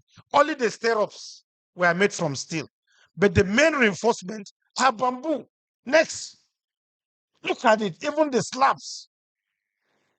The main beams that carries them might be steel. But the idea is that we want to reduce the dependency on steel. And we were able to use bamboo to replace reinforcement in steel. And it has been wonderful. This is a building standing, a story building with most of the steel components replaced and used by bamboo. And it's still there in Otta for everybody to go and see. It's not a rocket science, we're able to do it. Next. Here we came up with waste of plastics. This has been there. People have been doing this bottled water you throw around, and so on and so forth, and leather polythene bags. We sorted them out. Black different color, white different color, and so on. We wash them, burn them, mix it with laterite, and we produce blocks. And these blocks, we can use it in waterlogged area. We can use it to reduce dampness on building, where the water suction or capillary actions of water goes up to the wall. This one, there's leather. It blocks water from going up. It has quite a lot of advantages. They are material from waste. It is not expensive because the raw materials are available. Very small percentage of cement with sand or laterite and plastic waste. As when we mix them at regulated temperature, we got this type of waste material. Next, you can see this is machine. We fabricated this machine ourselves in Nibri, so that we can produce these blocks that we were able to produce. Next. This is what we call interlocking paving stones. Normally, we use it for our roads. For instance, roads in estates where the traffic is not much. All we need to do after the laterite work, instead of using asphalt that is highly expensive, we can put interlocking and caps, and it becomes motorable. And it reduces the cost of construction. The paving stones are there. We fabricated the machines ourselves. And almost all the roads, we made it a law in Nibri. All the roads that are in Nibri, we don't use asphalt. What we use are paving stones on it for people to see. When you come from the gate to our offices, it is a technology we have done. No asphalt. We use paving stones as wearing surface where the traffic load can move. And it has been there. Next. Here is pedestrian roller compactor. We discovered that 15% of the cost of building is linked to equipment, because the equipment are imported. They are highly expensive. If equipment can be made available, the cost of road will drastically reduce. In road construction, what is making the cost of road to go up is the cost of equipment. While in building is material, most that's also a problem. So we discovered that if we can bring out a fabricated roller compactor, it can go a long way to do that, especially to people where a community. We were able to do this somewhere, a community in Ogun State. They came, we gave them machine, and they were so happy. We brought lateral, we pour, and they were using it, they were singing, and the road become motorable. It might not be for high traffic roads, but it can become an access road that linked to agricultural, to a farm where agricultural products can be conveyed easily, and so on and so forth. We can still use it in estate, in rural areas, especially in your own house when you are producing. Access road is a problem. We can compact this, use our compacting roller to do it because it is fabricated locally. Next. Another area Nibri is not left out is in terms of tiles. This is fancy tiles. Normally, I'm telling you, take a visit to people selling tiles. They will tell you that this is imported tiles. This is vitrified tiles. This is tiles for the class. If you enter this house with these tiles, they will tell you who you are. So what beautify a house, 80% of the cost of building is safe. It is on tiles. Because tiles is something else. But the actual function of a tile, basically, number one, is to reduce moisture in building, because water cannot pass through tiles. But because it is the face that people see, it carries the entire glory. The cost of tiles, they'll give you the impression the cost of tiles matters. Without the tiles, you don't go for high cost of tiles, your building is not good. It's not the idea. The idea is to ensure that water and dampness do not go up. So Nibri has come up with fancy tiles. These tiles can be outside. Externally, from the substructure, you can put your tiles all around, and it looks beautiful on the building. But the idea is that it will block moisture from going up, like this dampness you see on the wall, and so on and so forth. Next, roof is not left behind. Nibri came up with what we call Mado tiles, named after our first DG, and the tiles is still there. But when I came up, I discovered that the tiles is so heavy because for the building to carry the weight is much. At present, I told them to carry out research to see how we can reduce the self weight. And if the weight is reduced, it will go a long way to help us in the roofing. We are still working on the plastic to be used as roofing material and the concrete to be used as roofing material. All this Nipri is working on it, but the metal tiles has been there. But the problem we discover is the issue of weight. We are trying to work towards it. Next. This is one area that I want to draw the attention of the Commissioner of Water Resources.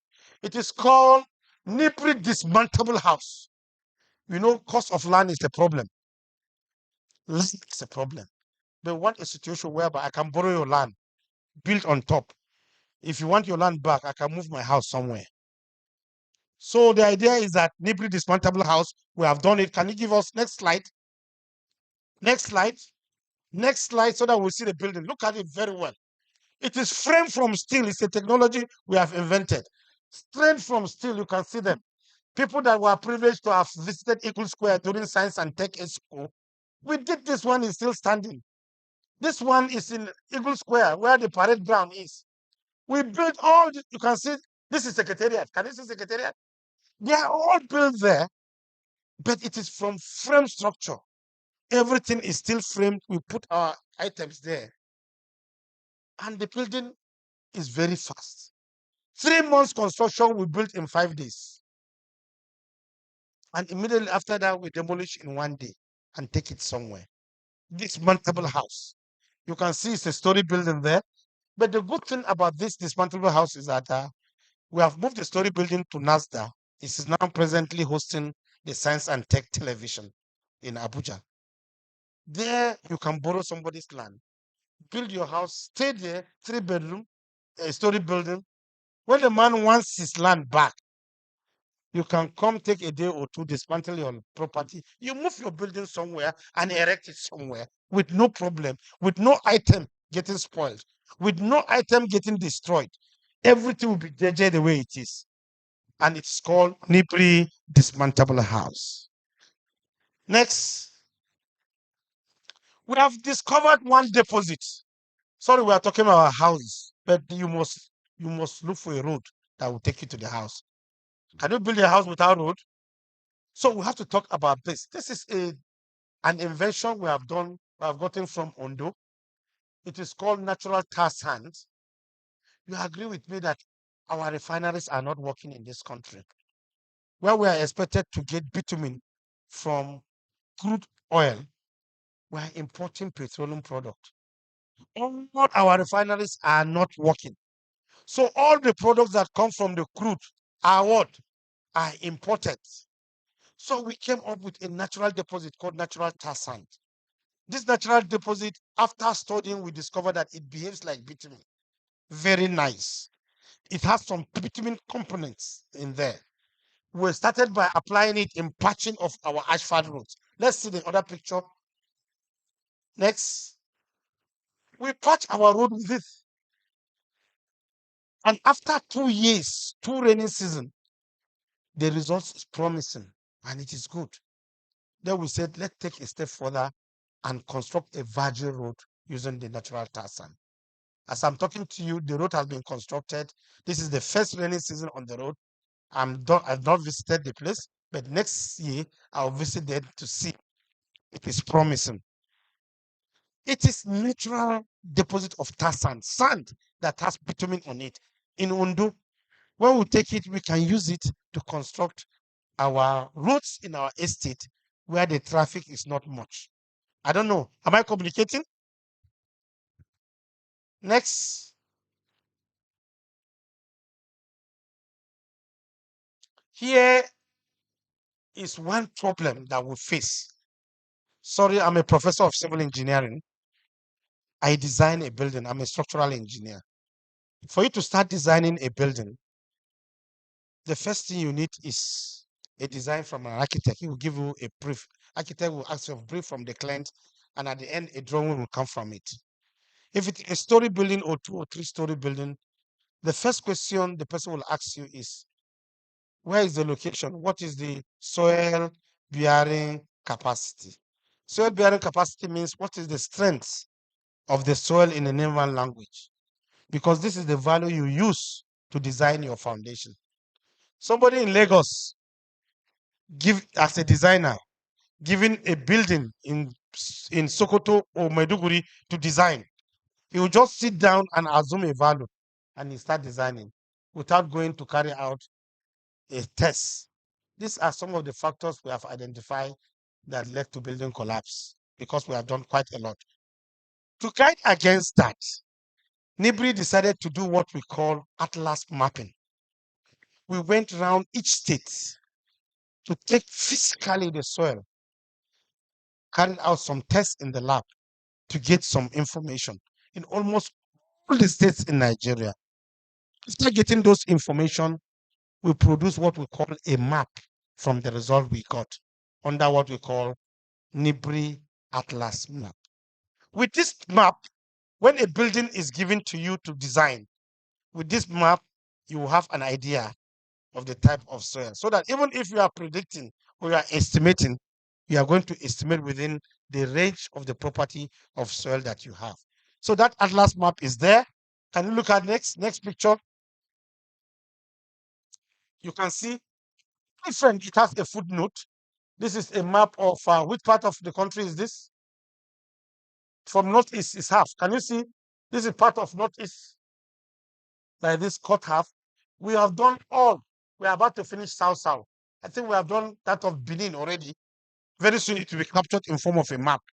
So if the map atlas is done and is available, you as a designer, you need not to basically go there. You have an idea based on the information that has been done. It's captured it in form of an atlas map, the type of property of soil you are going there. Even if you are going to build as a developer, with this atlas map, it gives you an idea of the type of soil you'll be expecting. Because we're able to go around Nigeria, we capture it zone by zone to give us a representation of what we're able to do. Next, these are some of the maps we did. This is like the south. This is the east. Challenges now. We have done this in NIBRI. Why is it that up to today, our own technology is not being adopted? Why is it up to today, people are not saying, NIBRI have done well, take this? Is it that we are not talking?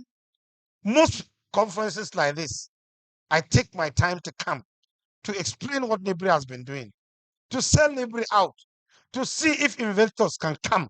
Let us partner together. So, but one area we have discovered is government policy. There was a time I wrote a memo to my minister to be presented in FEC. I went to FEC myself to see if a policy would come from the government to adopt the fact that all primary schools in Nigeria should be constructed using compressed art blocks fabricated by NIBRI. It has this, we brought good advantage of it. And along the line, the memo was never even presented in FEC. So you can see if there will be a policy to say everybody key into such idea, NIBRI will be there, people will come, will continue to put in our best, the machines to be there will be fabricated, and so on and so forth. We'll be teaching people on how to produce blocks, jobs will be made available, and so on and so forth. The other thing is acceptability. People talk about class. When a building is affordable, something is common. You have it. You will have it. Someone that is comfortable. Do you think he is going to key in with you? Say, no. I can't be the same class with this person. How can I be in the same class? He's using this type of house. Look at the type of window he's using. No, I want something unique. You know, Nigerians are very good in showing test and class. I don't know where this test and class will take us to. I don't know what advantage it has. Test and class, does it give you an edge over somebody? Does it make your life look longer than the person? People that are going after babes, do babes go for test and class better than the other? They do. Thank you. So you can see, if you look at it from all aspects, you discover that people prefer class. I don't know why. And the class comes with a cost. Durability. Is this material durable? Some are not. But that does not mean that the one that is not cannot compete with the other one when processed properly. Lack of technical know-how. You know, when technology is new, for people to accept it is very difficult. Let me just go with what I'm used to. Let me use what I'm this. They'll say, please use this one. This one is new. So no, okay, give me Panadol now. Panadol I want. So this one is new in the market. This one they say, no, okay, just give me the Panadol. They say if it is not Panadol, it is not the same as. So people stick to what they know. Accepting change is a problem, and so on and so forth. High maintenance, fine. Some might have, some might not. But until when you give a trial before you know. Next, these are some of the challenges.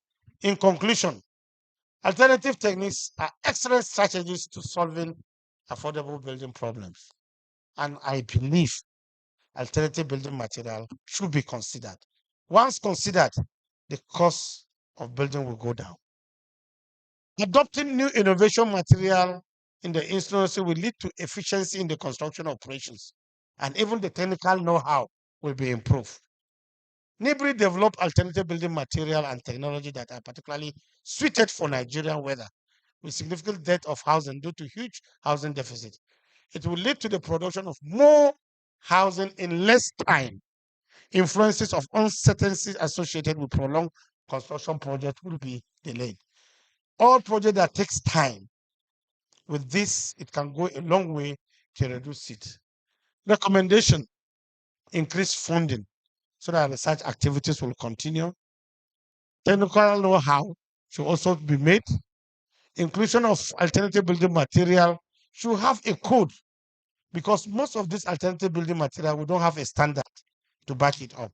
So the use of the alternative building materials is looking as if it does not meet the standard requirement because we don't have standard to go by it.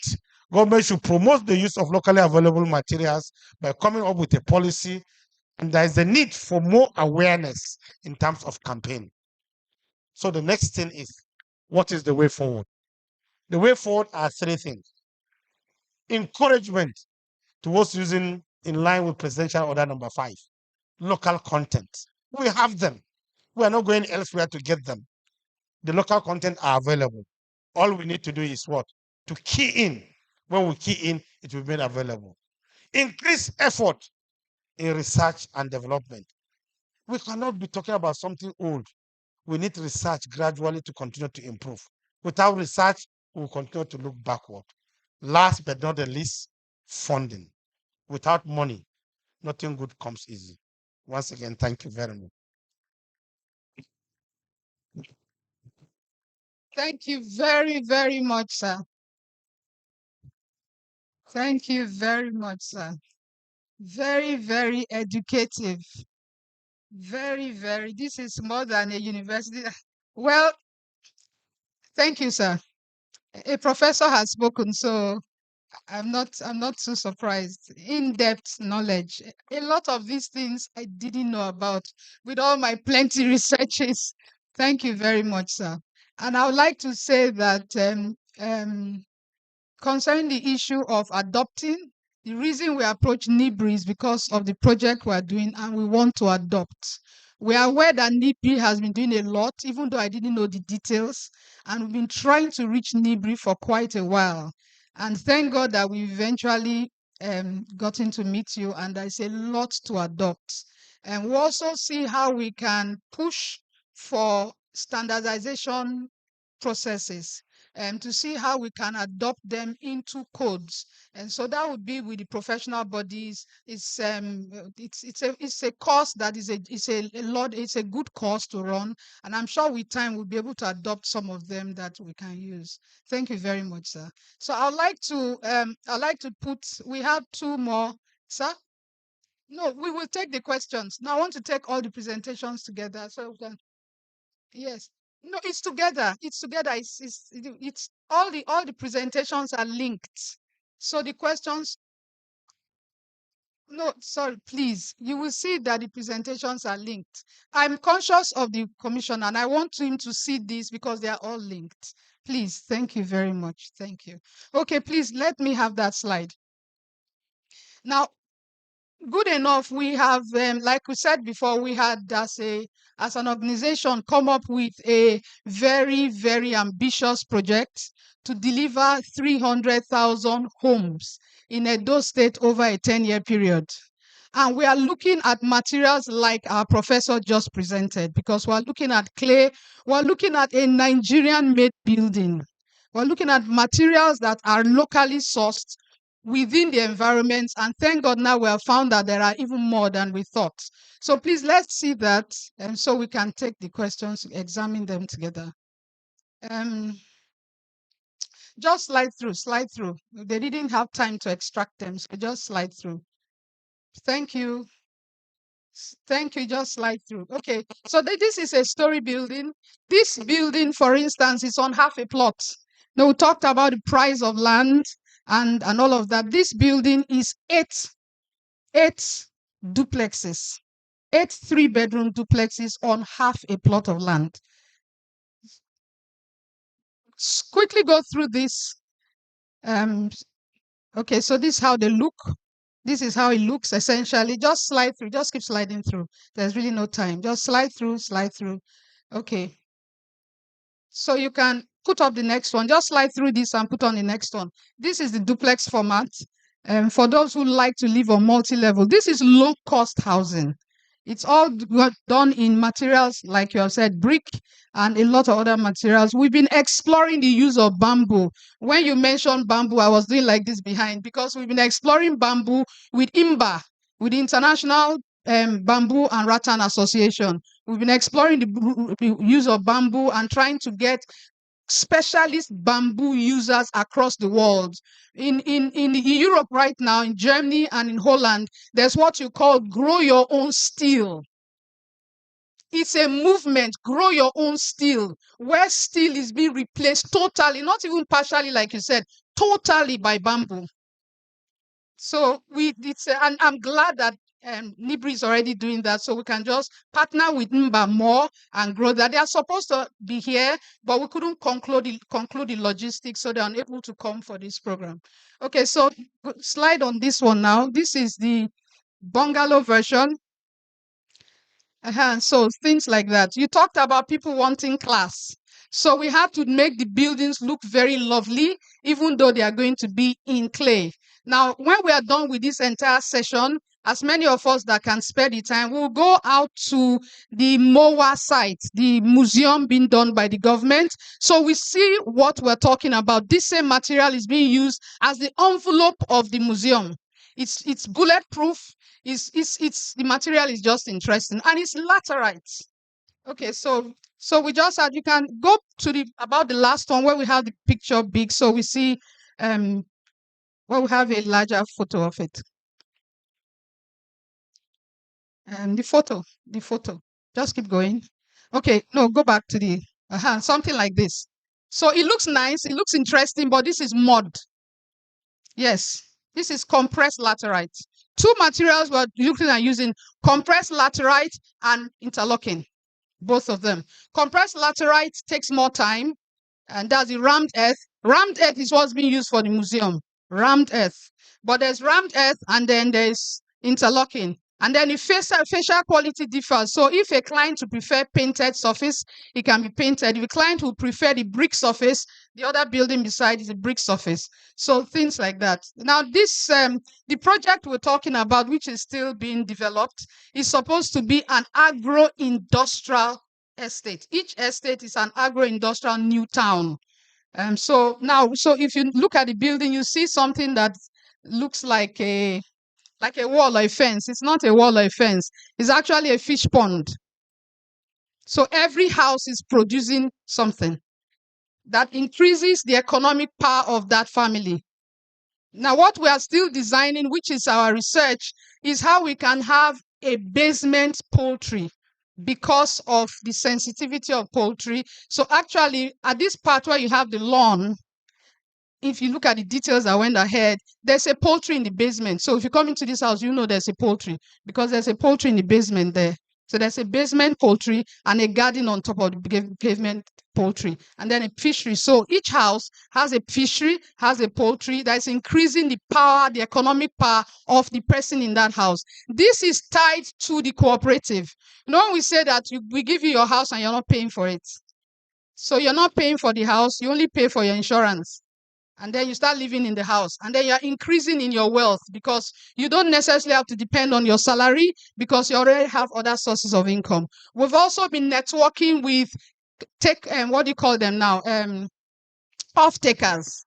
So if we have an estate of 1,000 people and each house is producing some fish and some poultry, that is huge harvest that a company who wants to process have a huge raw material base to process. That becomes income for the household because they don't need to look for who to buy their fish or who to buy their products because there's a company who already needs more than that. So he's off taking everything. That makes them not to bother about looking. They're not distracted. So if you're a civil servant, for instance, and you have something like this, you don't need to be bothered about what is there. All you need to do is to know you just get your income at the end of every month. Okay, I didn't talk about that. There are these working with Ministry of Agric. Unfortunately, our commissioner is not here. Working with the Ministry of Agric, Edo State Ministry of Agric. There are agricultural partners who want to. They've been looking for this opportunity. They didn't have. And the commissioner was like, there's nothing like that in Edo State. So when we came up with this idea, they said, wow, these guys have been on our neck. What they do is that they take your land, they farm it, and they give you a fixed amount every month. So you have an income. So what they do is, for instance, you see these poultries, they'll run all of them. You see the fishery, they'll run all of them. They pay you a fixed amount every month. So you don't need to bother. You go to your work. You don't need to bother that you have a farm. Somebody's running it. Whether he makes interest or loss is not your business. He gives you a fixed amount every month. So that happens. Then this is for, so eventually, again, for the cooperative, which I want to present again, because we have it's like a different house this time. For the cooperative now, the cooperative is functioning. This is tying up into the cooperative. The entire landscape, the entire landmass where the housing town, the new town is, belongs to the cooperative. Doesn't belong to the developer. So within the cooperative, there are, between the landmass, within the new town, there are layouts. There are spaces for hospitals. All those designs have been done, but we can't show all of them here, no time. The hospital, the school, and all of that, the transport system that takes them from wherever the estate is to Ring Road. We're not depending on people in town. That is, there's an estate shuttle, and it does not wait for it to be full. It leaves at specific hours. If it's leave at 1 o'clock and there's only one person in the bus, it leaves. The whole idea is to create confidence in the system so that people can stop using their cars and use the transport system. When you know that at this time the bus will leave, you will leave. That also means that for the first probably 3 to 4 years, that transport system may not make profit. Yes. But after then, it will make money like nonsense. That's the idea. Okay, so let's move to the last slide, which is the one for the cooperative now. So we had presented about 2 days ago about how the issue of people's affordability, which is a major challenge with housing, affordability. So what we came up with is a cooperative system having studied the cooperative system. And I think the one that excited me most is the biggest cooperative, which is the Co-op Group of the UK. They are the oldest. They're about 200 years old. So we tried using that. We call it Edo Mass Housing. Some people say I'm being partial. I should do it for the whole of Nigeria. But they say charity begins at home. So I have to do it here first. So scroll up.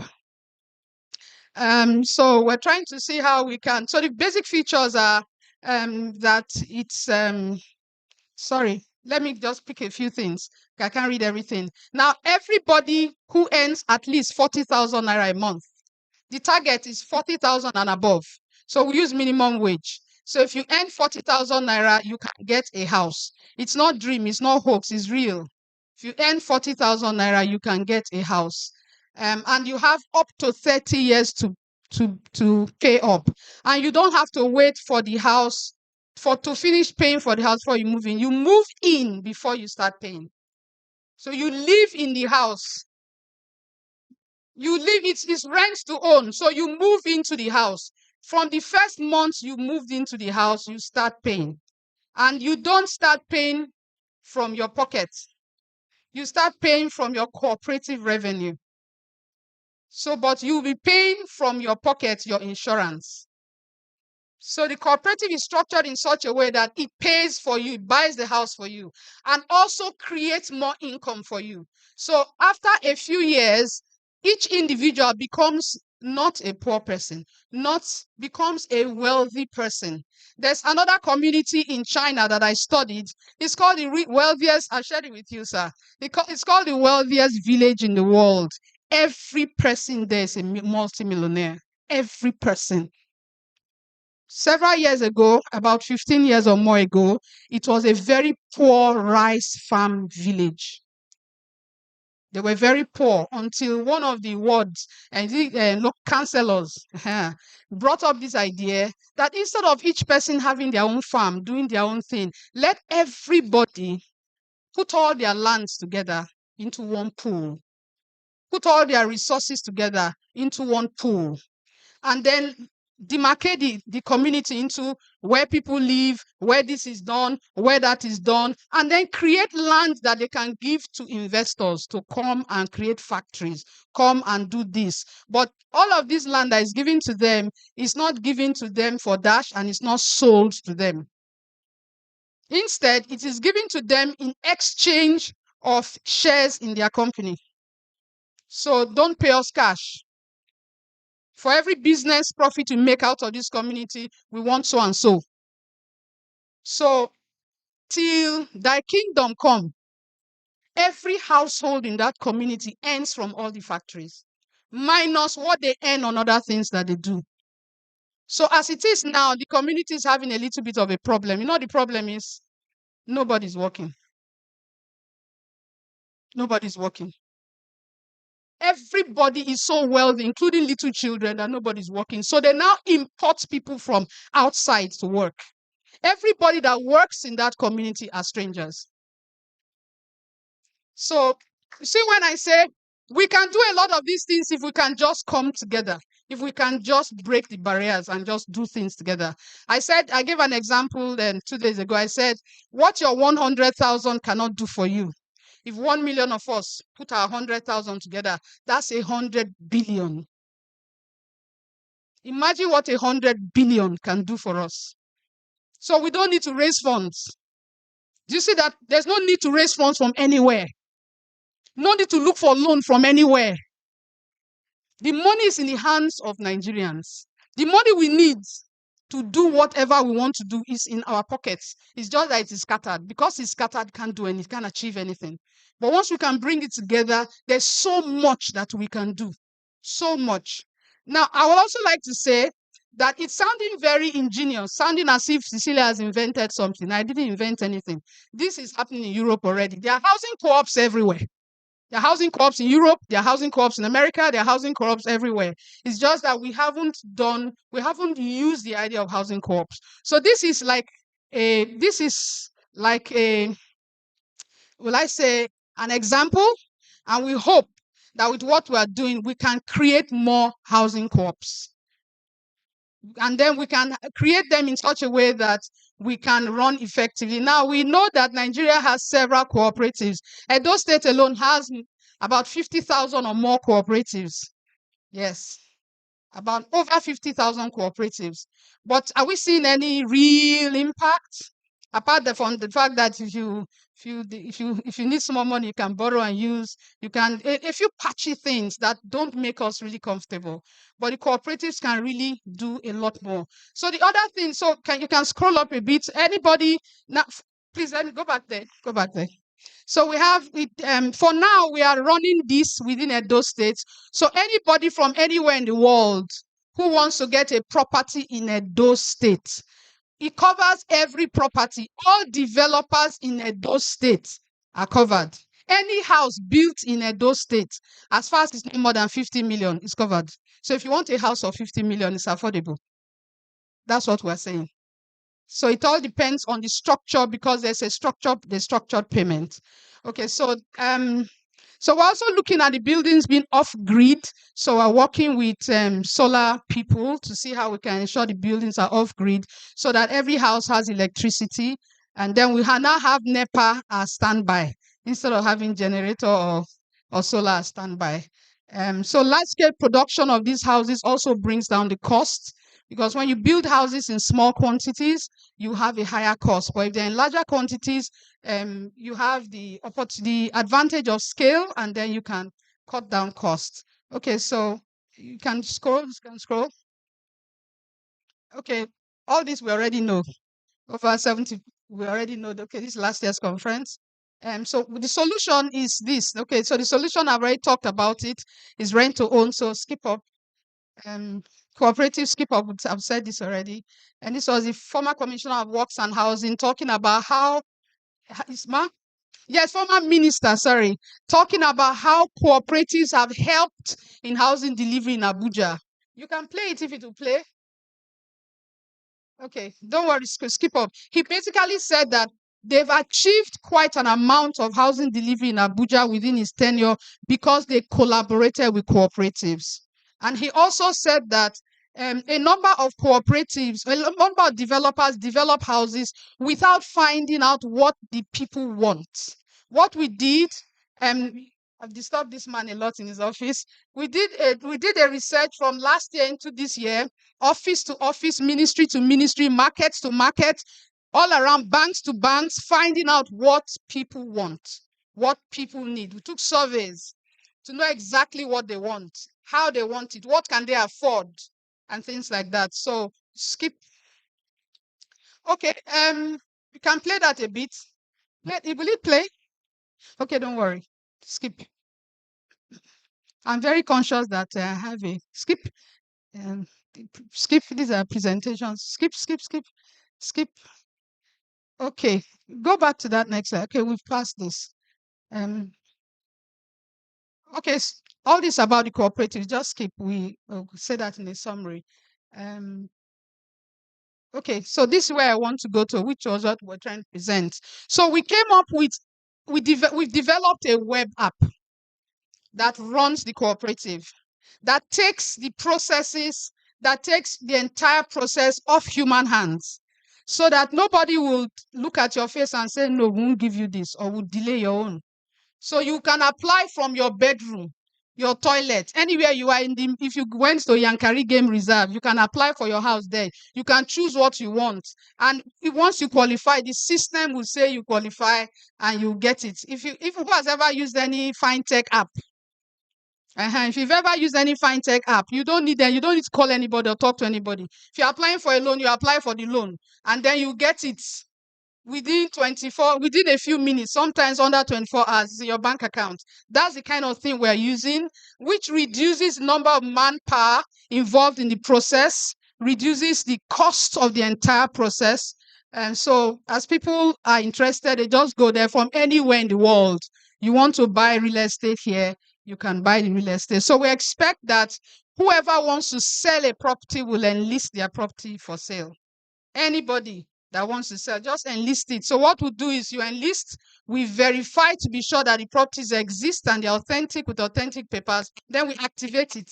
So people can now see it, and if they desire it, they can pick. Okay, so this is a typical dashboard, for instance, for every client, which shows your photograph, your details, and this is like transactions. Every transaction you made, everything you pay. If you pay anything, you see it. If you're also withdrawing, you see it. If you applied for money, you see it. Whatever payments you're making. So it's fully automated, and it's also linked with a shopping app like Jumia. which is also owned by the cooperative. The shopping app is the first investment of the cooperative. And the reason we did that is because the shopping app has very little capital, needs very little capital to run. And because it's buying and selling, it brings income into the cooperative fast and daily. And then every member of the cooperative is mandated to shop on the cooperative shop site, because you want to benefit from something. If you open a shop, for instance, and instead of you to buy from your shop, you are going to buy from the market, who are you deceiving? So if it's yours, then you should shop from it. At the end of the day, you are turning over money into the cooperative. It is that turnover that now increases. So the cooperative does not need marketing, because the people using the cooperative are the first clientele. So if the cooperative has 1,000 people, for instance, that's already a huge market for them. And naturally, because it's an open shopping site, other people that feel the prices are good will also shop there, isn't it? Good. So it's already a big market for them. So they don't need to make effort to the cooperative leadership looking, how do we put this thing so that people will know that it exists? There's already a market for it. So it grows. And then there are other investments, which is guided by the board. Right now, we have a board for it. We have an advisory board. We're yet to have a full board. The advisory board for now is because we gave them the entire process to review, to be sure it conforms to the cooperative laws, because there are cooperative laws. So they reviewed the bylaws, because there's also bylaws and the processes to be sure that it works. What we put there, which they rejected, was the percentage interest for borrowing. We felt that the whole thing is a charity thing, so that interest should not be much. So we put 2% interest rates monthly, and the board kicked against it, that it cannot work because of the inflation rates in Nigeria. Yes, they are giving themselves money, but it has to be profitable for the cooperative so that it can keep turning. So they insisted on a minimum of 5%. So that's what we're using now, as 5%. So see if you can scroll. So then there are some people will say, I have a house, I don't need a house. But we also created the opportunity for investors. Some people just want to invest because this thing looks like it's good business. Well, it came up because we had those issues. Some were like, Madam, this thing is good, but I don't need this house. I want to invest. Can I? So we had to now go back and create an investment opportunity. That's, instead of coming as somebody who's buying a house, you can come as somebody who's investing. You can come as both. You can be somebody who's buying a house, and then you can also invest. And then after a while, we got some persons to do some work in the office, and then they asked if they can be affiliates. I didn't think of affiliates. So we now had to create affiliate platform. So as a member of the cooperative, you can be an affiliate, and then you can earn money from being an affiliate. You can also, people who are not members of the cooperative can come on board and log in, register as affiliates. For every person they bring into the cooperative, they earn. For every shopping they bring into the cooperative, they earn. So we just made it as flexible as possible so different people can use it to get their different needs met. And that is the summary of that presentation. I needed to tie it with all that we have done so we can take the questions together. Thank you very much. So at this point, I would like us to, if you don't mind, for the purpose of the recording and the people asking questions, I would like to call a few persons up here so we can just take the questions together, if you don't mind. So I will first of all call you, sir, our DG, to kindly step up to the podium. Thank you, sir. I would like you, commissioners, commissioner, honorable commissioner, sir, please step up the podium. Thank you. Architect Odia, please kindly step up the podium. Thank you very much. Who else is going to join us on the podium? TPL in, please kindly go up the podium. Thank you, sir. And who else will join that now? Architect, ma? Yes. Architect, please join the podium. Thank you. Thank you very much. Thank you very, very much. I don't need to be on the podium. I'll be standing by the side. Any question that comes to me, I would answer. Okay, thank you. So the questions can come up now, please. Yes, sir. Please, all protocols are observed. I want to appreciate the Honorable Commissioner for his presence here. It has given us a boost. And the DG Nibri, my question is actually for you. By the grace of God, I'm a pioneer in real estate in Edo State. I actually have the first privately owned housing estate in Edo State. And currently, the project is ongoing. My name is Mr. Chris Ebi, if you don't mind. Managing Director of Brooklyn Property and Investment Limited, developers of Goshen Garden City, Benin. My question is this. We talked about, of course, we are presently work is ongoing in the estate, and we're working on the roads, the internal roads as it were, and I had plans to use to asphalt. We're doing the drainages now. So I want to find out what's the cost of interlock kilometer of road. If it can be available for us, we can look at it vis-a-vis the asphalt. Or maybe you have asphalt too. Your asphalt too. Maybe we can look at both of them. The paving stones, that's interlocking stones, and the asphalt. If you can give us a figure now, it will be fine. But if not, if we can leave a contact where you can reach us, so that I like to compliment your efforts. In fact, you took me aback to see that. Look, we can really, if we sit down, it's just that we need to get things right in this country. People can look inwards. You know, when I started my project, it's been about 14 years ago now. In fact, I was on television in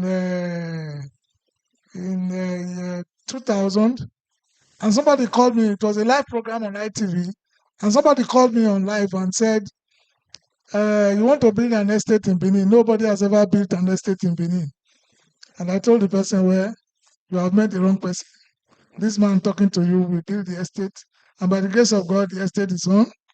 It's functional. It's there. We are doing houses, and so please, if you can have an idea, yes, if you are fine, thank you." Yes, sir. Thank you very much. I don't know. We have not done that of costing for 1 kilometer. But what I know is that the road always have a curb by the edges. There will be a laterite walk on it, because you know a kilometer road is just an abstract thing. You need to look at the topography first. You need to do the artworks. When you finish the artwork, if possible, do the drainages at the edges. Then you look at the space in terms of length and breadth where you apply the paving stones. I don't know. Are you talking about the surface where the paving stones will be applied, or are you asking of the entire No, laterite? I think the question might be redirected. If you don't mind, let me try and rephrase it. What's the Do you cost per understand? square meter? Okay. No, you talk about Yes, the if you entire. have the cost per square meter, then you Yes. can prorate it. So are you saying that you have finished in you have all the preparatory thing? Just you have done your drains. All you want is a. So I think very soon. But I think what I have was start of 2021 or so. But this is my director consultancy and extension services, Mr. Daniel Makava. Get his number immediately when we go there, because the price of cement goes up. We have to compete with the real situation on ground, so that we don't give you a value that is less. But one thing for sure, the paving stones is very thick, and it can carry all the HA loading. Sorry, when I mean 120 kilonewtons, normal simple vehicles, it can take very well comfortably. It has been tested in the lab. But the abnormal loading, trailer, field, we have not tried that on it, because it's an abnormal loading on the estate. But very soon, within 2-3 days, When we go back, it's going to get back to you to give you the real cost of the work. Thank you very much, sir. Question. Sorry, Prof. Director, I wanted to actually ask you for something. You spoke about having your office in Ondo. It's not by mistake that you're in Benin. Oh, it's Ogun. It's not by mistake you're in Benin. Why not begin to think of starting your office in Benin tomorrow? Not even next year, but tomorrow.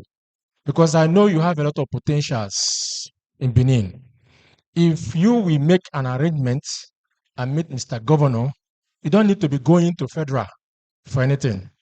You see, most of these your innovations, you will see them, and he will be able to project you seriously. That's what I wanted to suggest a little bit. Then I now go further to, you spoke about using bamboo. Bamboo, it's not a new thing, as a matter of fact. If you go to some of the areas in the North now, you will still see the houses built 60, 70 years with those stuff. They are still standing strong, unshakable, even stronger than the ones you use bricks to do. But my fear now is this. For those who are experienced and who are in the industry, the building industry, they will agree with me that we are having challenges now on being able to get the right materials, specifically. The woods that they use now, they are premature woods because there's no replacement. And when you use a wood to construct or build, in the next one year, the wood begin to fail. And these are the problem we have now. Is there the right type of bamboo that you use? Because you are speaking of something that need to do with strength of material, and you are using a wood. I know the strength of wood, bamboo and the steel, they are not the same thing. So you want to use it to form a column to carry weight. I don't know if there are any particular standard of bamboo that you use in order to do that. Thank you. Thank you very much. First and foremost, let me respond to his first questions. Benin is in South-South. NIBRI is a federal government agency that has its headquarters in Abuja, with our research office on 79 hectares of land in Ota, opposite the Covenant University. And in each of the geopolitical zone, we have a zonal office. We have a zonal office that addresses issues in South-South. We are presently in Uyo. We have an office in Uyo that's supposed to service all the offices, all challenges that has to do with South-South states. We have that of Southeast at Newi. We have that of Northwest in Kano, North Central in Plateau State in Jos, Northeast is in Gombe, while Southwest is at Ikoyi. So you can see in all these geopolitical zones, NIBRI has an office, standards with staff that are more than 30, 40, depending on the zone, and they are carried out research activities. And in each of these offices, we have machines and a lot of information you are looking for. When you go there, it will be made available for you. So I want to thank you for saying we should move the office from Uyo to Benin, maybe tomorrow for that matter. So we'll look at that with time. But I don't know if Uyo people will be happy to shift it from Uyo. Will Uyo people be happy? So that is that. So the next thing is about bamboo. I think what we did is to look for bamboo that is matured, not this green, the good one that has become brown. That is what we use. But the crown of the bamboo, I think the researchers are not directly involved being that, but obviously I'll go down and ask them if the bamboo has a particular species that was used, but I think what they used was a matured bamboo they used, and they didn't use the bamboo directly. I told you it was treated and before using it, and it's still standing. Thank you very much. Thank you very much, sir. Permit me to add a little Okay, more. you want to add to it? Yes, I have been just a little more to the bamboo. I've been working on bamboo research since last year, and I've done quite a number of studies on it. And bamboo has been proven to have equal strength with steel. There are researches on it, not even from Africa, from Europe, from Germany, and from Holland. Bamboo has a 50-year lifespan, just like steel has a 50-year lifespan. Bamboo under test has shown to be stronger than steel, but there are species. Bamboo has about 265 different species. Now, there are some species that are just like this flower. There are some that will just go into a little bush, but you have the ones that can grow up to about several stories high. The one that is the tallest is the one that doesn't bend. The tallest bamboo does not bend. It is straight as straight can be. It's usually the best for major steel works. They are used for bridge constructions. Bridge construction, not just the one you put on ground, bridge constructions, major structural elements. They are used to span very wide spans that ordinarily you will not want to use steel to span. Clear span. And it's used to a lot of things. Now, the Bamboo and Rattan Association, which is actually from Asia, has spread around the world. Their head office for Africa is in Ghana, and they've been very kind with information, and they are very willing to work with us. We actually moved ahead of ourselves. Sometimes, like Acteodia will tell me, Celia, sometimes you move ahead of yourself. I actually moved ahead of myself out of excitement to talk with the Ministry of Forestry to see how we can begin to cultivate bamboo so that we can conserve our forests. Because everything timber can do, bamboo can do, and even more. We have lost our forest to furniture. We need to keep the forest from being cut and need to start cultivating bamboo. Bamboo matures in 3 to 5 years. You have species that mature in 3 years, you have the ones that mature in 5 years, and on. So if we do 3 to 5 years, we can easily cut and plant, and bamboo doesn't need you to plant it. It spreads like wildfire. That you plant bamboo here, it will come out in different places. It is that annoying, but it's an advantage to reforestation. It protects the environment. It has a lot of advantages. It purifies water. The advantage of bamboo is actually enormous. So for us to be able to move from the forest into bamboo forest would take quite a number of years, and training, because our artisans now have to learn how to use bamboo to create a number of things. And Rattan is willing to teach. They are willing to come over. They are willing to have a research center here in Edo State. We've talked that far.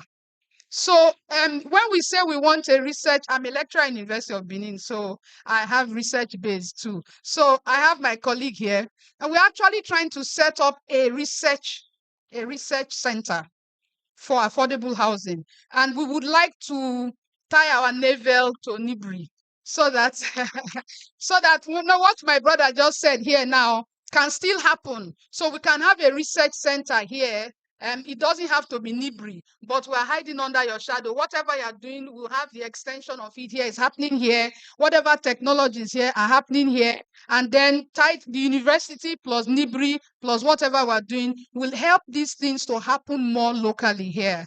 And so so for bamboo is amazing. I look forward to Mba being here. They wanted to come in with experts from Asia, and then there are people from Ghana. They're also willing to have training sessions where they'll be training people, and then people can move gradually over time from using regular timber into using bamboo. So I think there's also a factory that has shut down in Asaba. You see these bamboo tiles you mentioned? They were producing them for a while. Bamboo floor tiles, bamboo whatever. One ex-military man opened it with his retirement savings, and nobody was buying. He ran the thing for a few years and shut down the factory. Last year, when I called him, when he wanted to start last year's edition, I called him, I was excited. But he said the company is all rustic. I said, no problem, sir. All we want to know is that something like this is already happening here. I want to be able to use this to bring investors to be able to partner with you to start it up again. So now that Nibri is already doing something like that, he eventually said he has given up. I said, no problem, sir. I will leave you for now. I'm coming back. So we can actually revitalize these things. Thank God there's already a factory here. It's not far, Saba. It's not far from here. It's about 45 minutes drive from here if the road is not bad. So I think we can revitalize these things. So let's take more questions. Yes. Yes, sir. Yes, the issue of the bamboo, I think there needs to be an enlightenment of these importers of the bamboo, because most of the bamboo today are being poached. They are being harvested mostly for decades. Yes. Yeah. Before you know it, the whole forest is being depleted of this important resource. So there need to be more enlightenment on this. Yeah, that is there. It's a two-sided sword. Because when you create the enlightenment, people now know there's value in it. The price of bamboo will go up. Trust our brothers, our Nigerian brothers. So before we can actually really explore bamboo, we must first create a bamboo forest. Otherwise, it will not be an affordable material. Once people know that housing estate is coming, they are going to use bamboo for it. Bamboo will not sell for 700 naira again, no, at all. It will go to 2,000 naira. Because if you don't cut from my land, you will not see. They will now form bamboo as community association. All of them are now selling it 2,000. If you go there, they say, now so we they do them. If you go here, they say, now so we they do. Before we can do that, we must create it in excess so that we can manage the costs. Yes. So if we give ourselves, and the commission has been very, very kind. They've requested, so we're trying to do some kind of, but we need some partnerships. And because it's going to cost quite an amount, we need some partnerships. The government is willing to give land. They've given us that assurance that they want to give land right in, let us allocate. So we are now talking with the Ghanaian people, what size of land will make it economically viable. And they sent an entire business document. That is what I should have sat down to crack my head to produce. They sent an entire business document. What it takes, step by step, how much land, what is cost, what that costs, everything that I should know to be able to get it done for the PPP with government. They sent it. But the truth is, right now, in the course of trying to drive this whole idea of housing delivery, my hand is now into many things. So I need partners to come on board. And so this partner is the one that is driving this, not me. Yeah, this partner is the one that is driving this. So that's what I'm trying to do now. But I'm actually behind schedule, far behind schedule in following up on that particular process. So I think that we should just be open-minded, but we need to, before we close out on something, we need to create the availability so that it's sustainable. So once we've done maybe 5 years into this, then we can now start using it in full-fledged and encouraging people to use it. Also, the other thing they taught, the IMBA people said, don't only create a bamboo forest, encourage bamboo farming. Encourage people to farm bamboo, like you're farming corn, like you're farming whatever. Even if it's one plot of land, farm bamboo. So that's what they are doing in Ghana. They are farming bamboo. They go to communities and teach them how to farm bamboo, train them, monitor them, just like you see at ADP, Agri Development Program. They will monitor them, ensure that their farm is successful because the construction company is coming to harvest. They are not looking for who to sell to. So that regulates the price and creates availability for sustainability. That sounds like a rhyme. Okay. Thank you very much, sir. I guess we can take some more questions. Questions, please. Thank you. Thank you very much. It's just my interest actually is about neighboring dismantlable houses. I find it very interesting, and I really want to know how it works. Bearing in mind there's no foundation, it has all the elements in place, roof and all that. So How does it really work? And you said it can be built within 3 months, if I'm not mistaken. And I want to believe the building materials are bamboo also. I really, just brief explanation on how it works, sir. Thank you.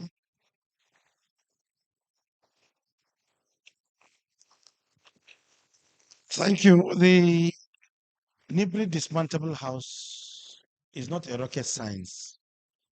We have done it several times. We started by a simple bungalow, 1 room. We went on to develop it to 2 bedroom. Then we went into 3 bedroom. Then we said, let's go up. We started to make it a story building. And all this took us maybe, can I say 3-4 years? Every year we come with different model. It is a structure frame from steel work. The framework is steel. When the cost of steel is a bit friendly, it is very, very affordable. But last 2 years, there was a quantum jump in price of steel. That is what made it a little bit expensive. But the idea is that at inception, it is expensive. But when you look at the advantage of moving it 3-4 times without any of the item getting destroyed, you discover that it is economical. The idea is that there is no foundation excavation. All the strip foundation will be in form of a steel. The steel will be joined to nuts on a particular location. Maybe you are having a length times breadth of so direction. When the length is a bit longer, we spare it into 3, where the columns will be standing in form of steel. The down one, not that it's going to be excavated, the part foundation will be in form of a base, where the steel column will come from the base. But the entire foundation will be in form of a steel work like this, fabricated, where the blocks are laid in within. And the blocks will be there, interlocking with the members as it goes up. The first thing done is the framework, then the flooring of the decking, if you are going upstairs, then the roofing. All the roof material will be on the frame structure. So you can see the structure will be standing, and at the same time, it will be on a borrowed land because you did not do anything on the land. But the initial work will start at the beginning, fabrication work, everything you will fabricate it and place it. When it comes to assembling, it will just take you 3-4 days to have assembled it. But the fabrication aspect work can commence earlier to fabricate the parts and keep it. Then they will just see you within 3-4 days, a building is standing. But the idea of the back work, the bedroom work that has been done, it can be done earlier than that and kept in form of fabricated items. Are you with me? Then you can do it. So basically, we have done it. If you are interested, I think wouldn't mind. We didn't cost it because we don't want, because the price of steel keep on fluctuating. If I tell you the cost of 2 years, I don't know what will happen this year, but it can be done. If you want us to do it for you, you can still liaise with Director Consultancy. Mr. Daniel Makava is there. They are the department in charge of even erecting the structure. I think Makava, if you can do it, whatever. Thank you very much, man. Thank you very much, sir. Do we have more questions? Yes. We need here Commissioner. Commissioner, no talk yet too. Thank you very much.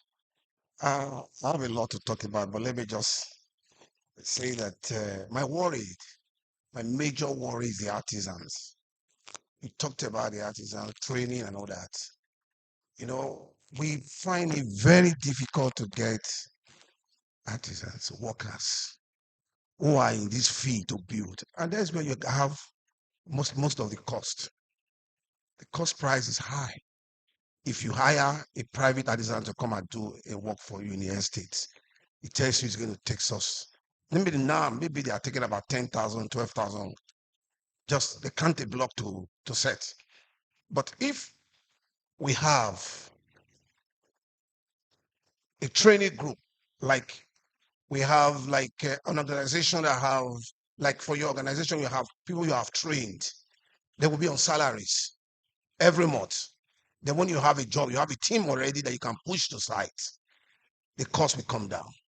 But when you want to build, how a building to be built, and I call a big layer or whatever to come and set some blocks for me and tells me it's going to take some amount, the cost goes up. I look at cost. I look at land. Talking about land buying off. I'm talking about privately now. Cost of land and area you are buying that land from. Talking about development. Talking about restriction, survey, and all those things. All those costs are coming into buildings. That is where you people come in to make it easier for the common man. But we are talking about in this conference, we talk generally. It's not everybody that will come to your estate. So we'll have to look at that aspect of it. How can we be able to solve this problem? Because now we don't have people that work for us. You find it difficult to get workers. Even the iron benders, you find difficult. It's difficult. So how can we be able to do this to make it right? Who are you directing to? I think I'll give this to the audience because he has a functioning. Okay. Yeah, we've noticed, we've identified it's a widespread challenge that good workers are very difficult to come by in the construction industry. That's why obviously we're importing a lot of workers from Benin Republic next door and Togo, even as far as Ghana, are here. So we've made it's not a problem that's going to be solved in an instant, which is why we've decided to invest in training young people. Many of these workers are even difficult to train once they're old. It's difficult to teach an old dog a new trick. So they're already conditioned to the way they were simply brought up with their own master artisans and so forth when they were younger. So we're trying to just make sure that there's a new breed of workers coming up. So which is why we invest quite a lot of time into training. So I think training is something that has to continue across board. Construction companies, generally the big ones, they train their own people. Julius Berger, CNC, you name them. Most of them have training schools where they train their people. They're already skilled before they even come and work with them, but they send them for further training. You mentioned something about having people on salaries, your own team. We have our own teams, but we don't put them on salary. Putting people on salaries, I think, is a very self-destructive thing in Nigeria. Once you are getting your salary, it's just a disincentive really to do good work. So we have tried both options. It's always better to pay people for the work they do and not, you don't put an artisan on a salary unless he's a supervisor or somebody who is sort of, in a high supervisory position. So those are my comments, as far as good workers are concerned. I do want to mention that I was very excited when you spoke about what you've been doing with the Bamboo Association and so forth and the Rattan people, because it answers your question. Because with them, you can set up tomorrow. Thank you very much. Yes, yes, sir. Yes, sir. Go ahead, please. Good afternoon. I just want to ask, my interest is on the affordable houses. What the situation where my staff own a house in Benin here. I want to go with the type you did in Nasarawa.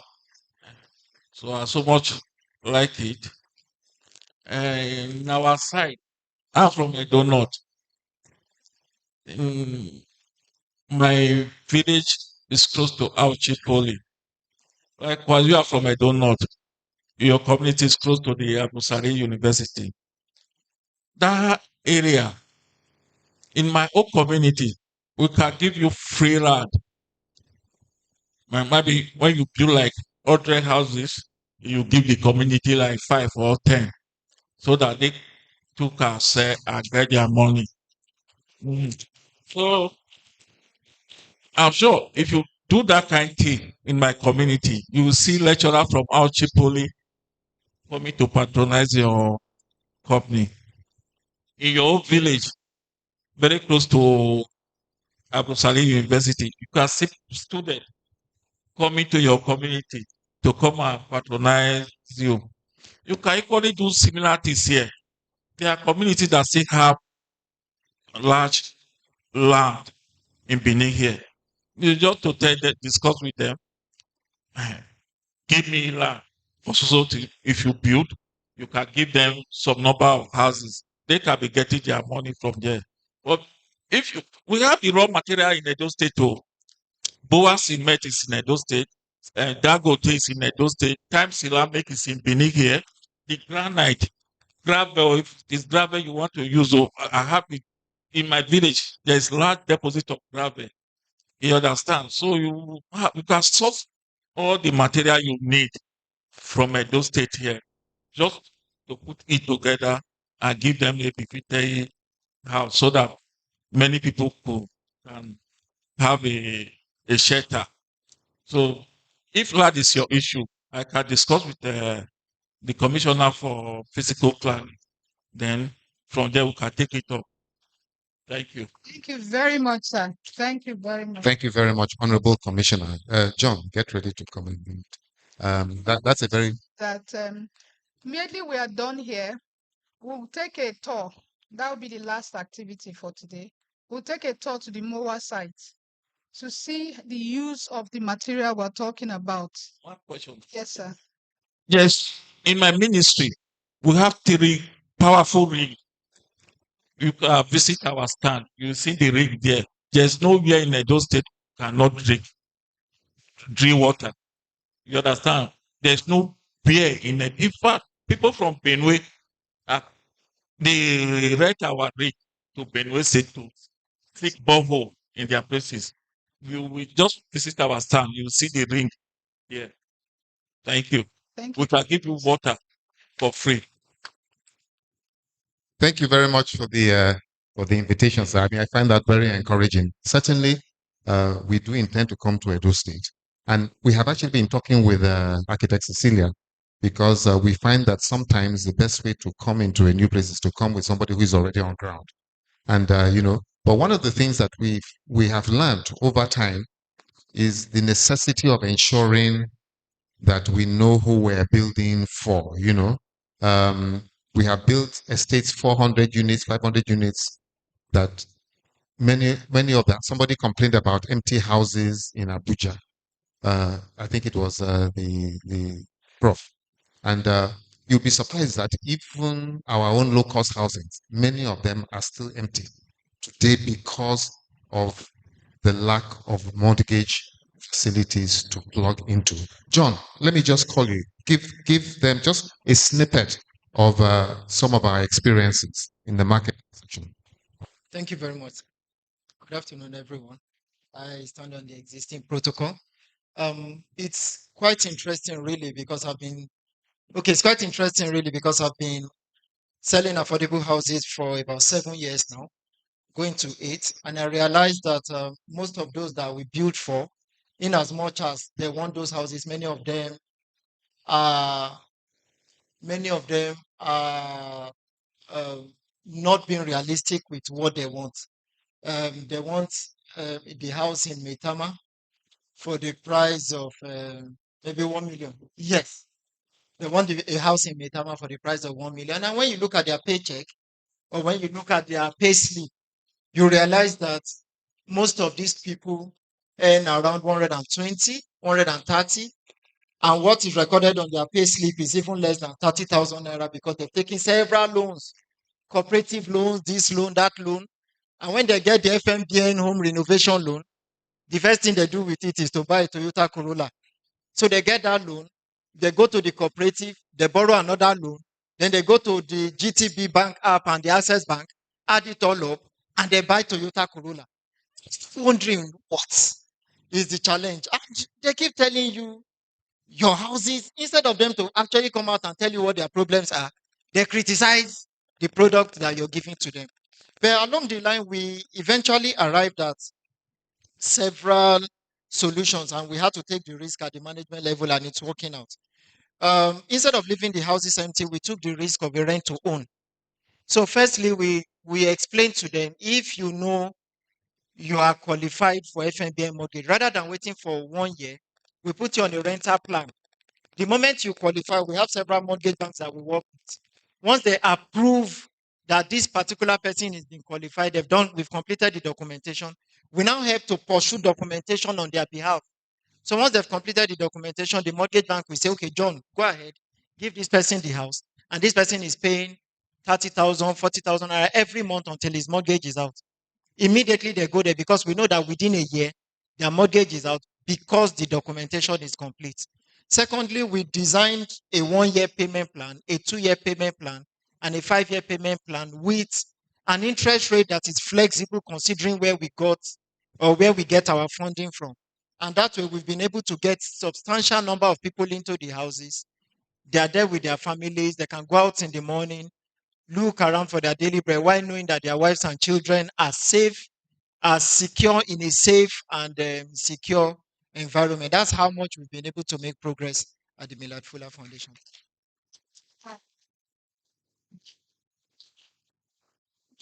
Thank you. Okay. I'd like to add a little. I think that that's very good.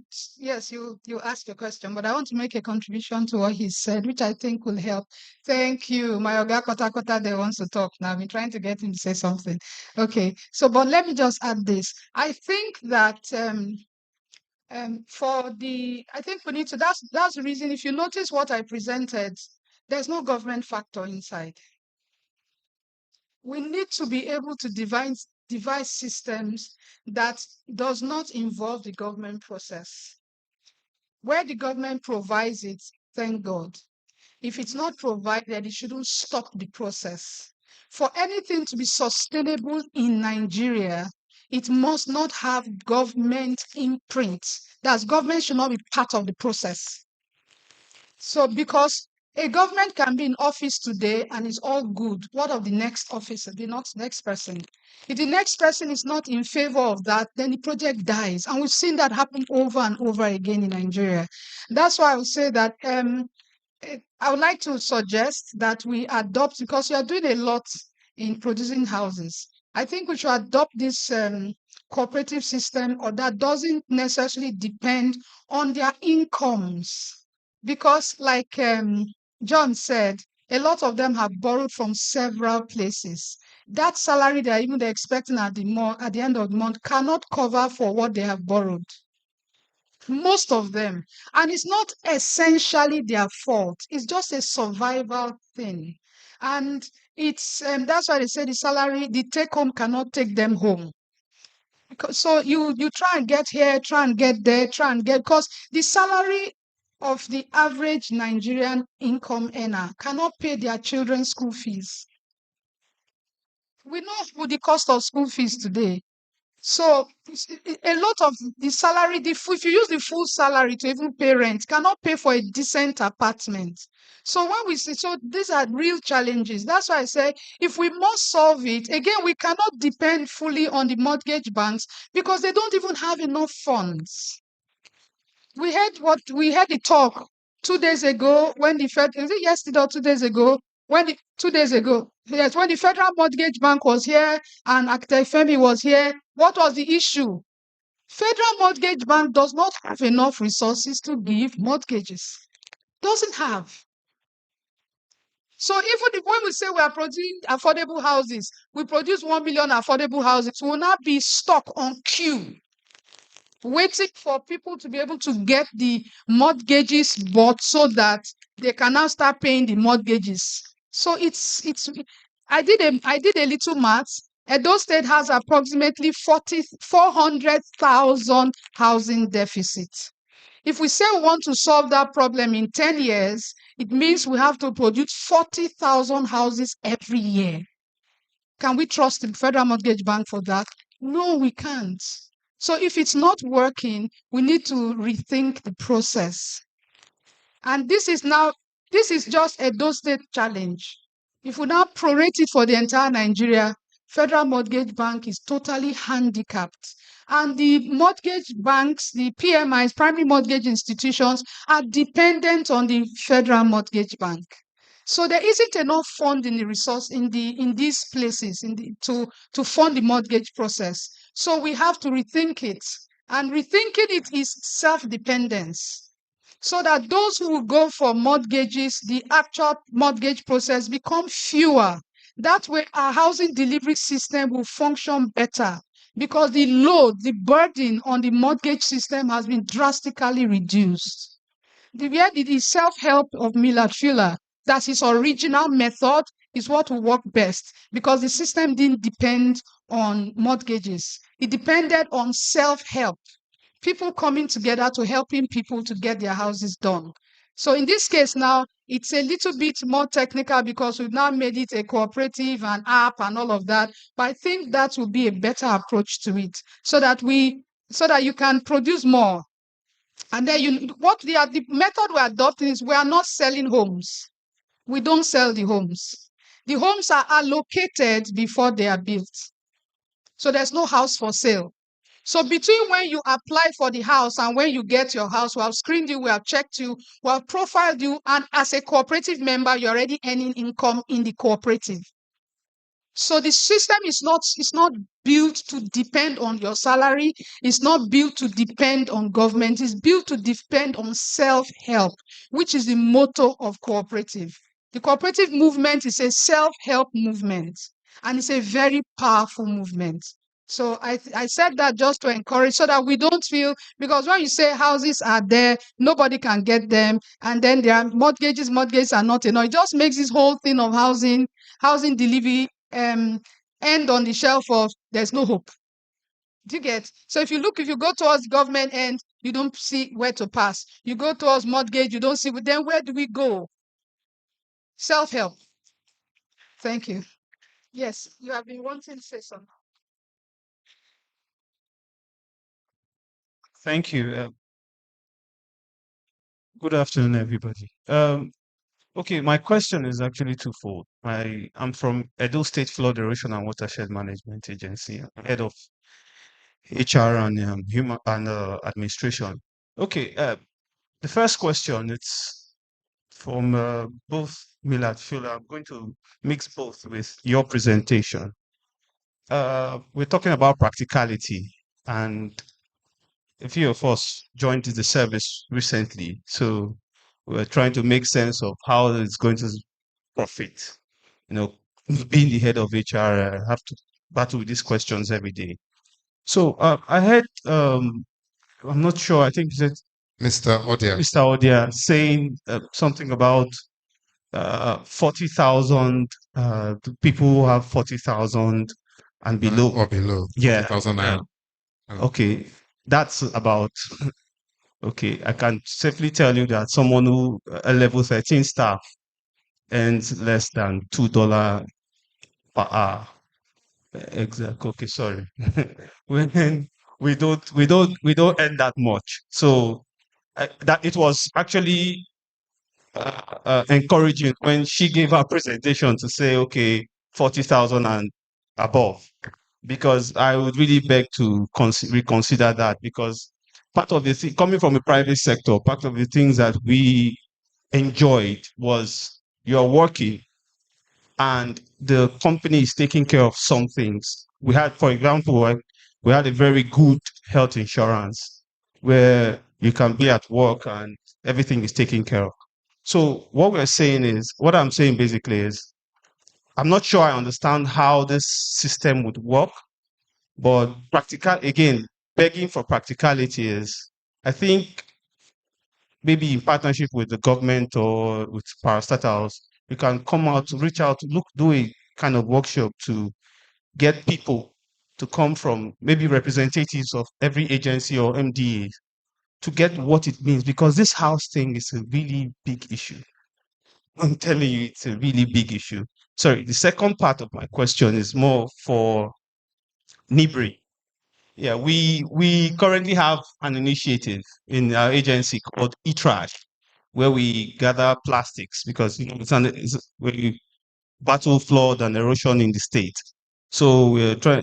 Part of the issues causing, in fact, major issues causing problems within the drainage, block drainages, plastics, and all that. So, where I heard you mentioning something about plastic being some of those materials we can recycle to do that, and we even have an app called Pick and Sell, which you can get plastics and get it in a particular location and get something stipend for doing that. All in the idea. So, I think maybe you can point me to somebody. I know you have been pointing people to to talk about how we can, get these plastics, to see how it works, just to collaborate. So that's just about. Thank you. Thank you very much.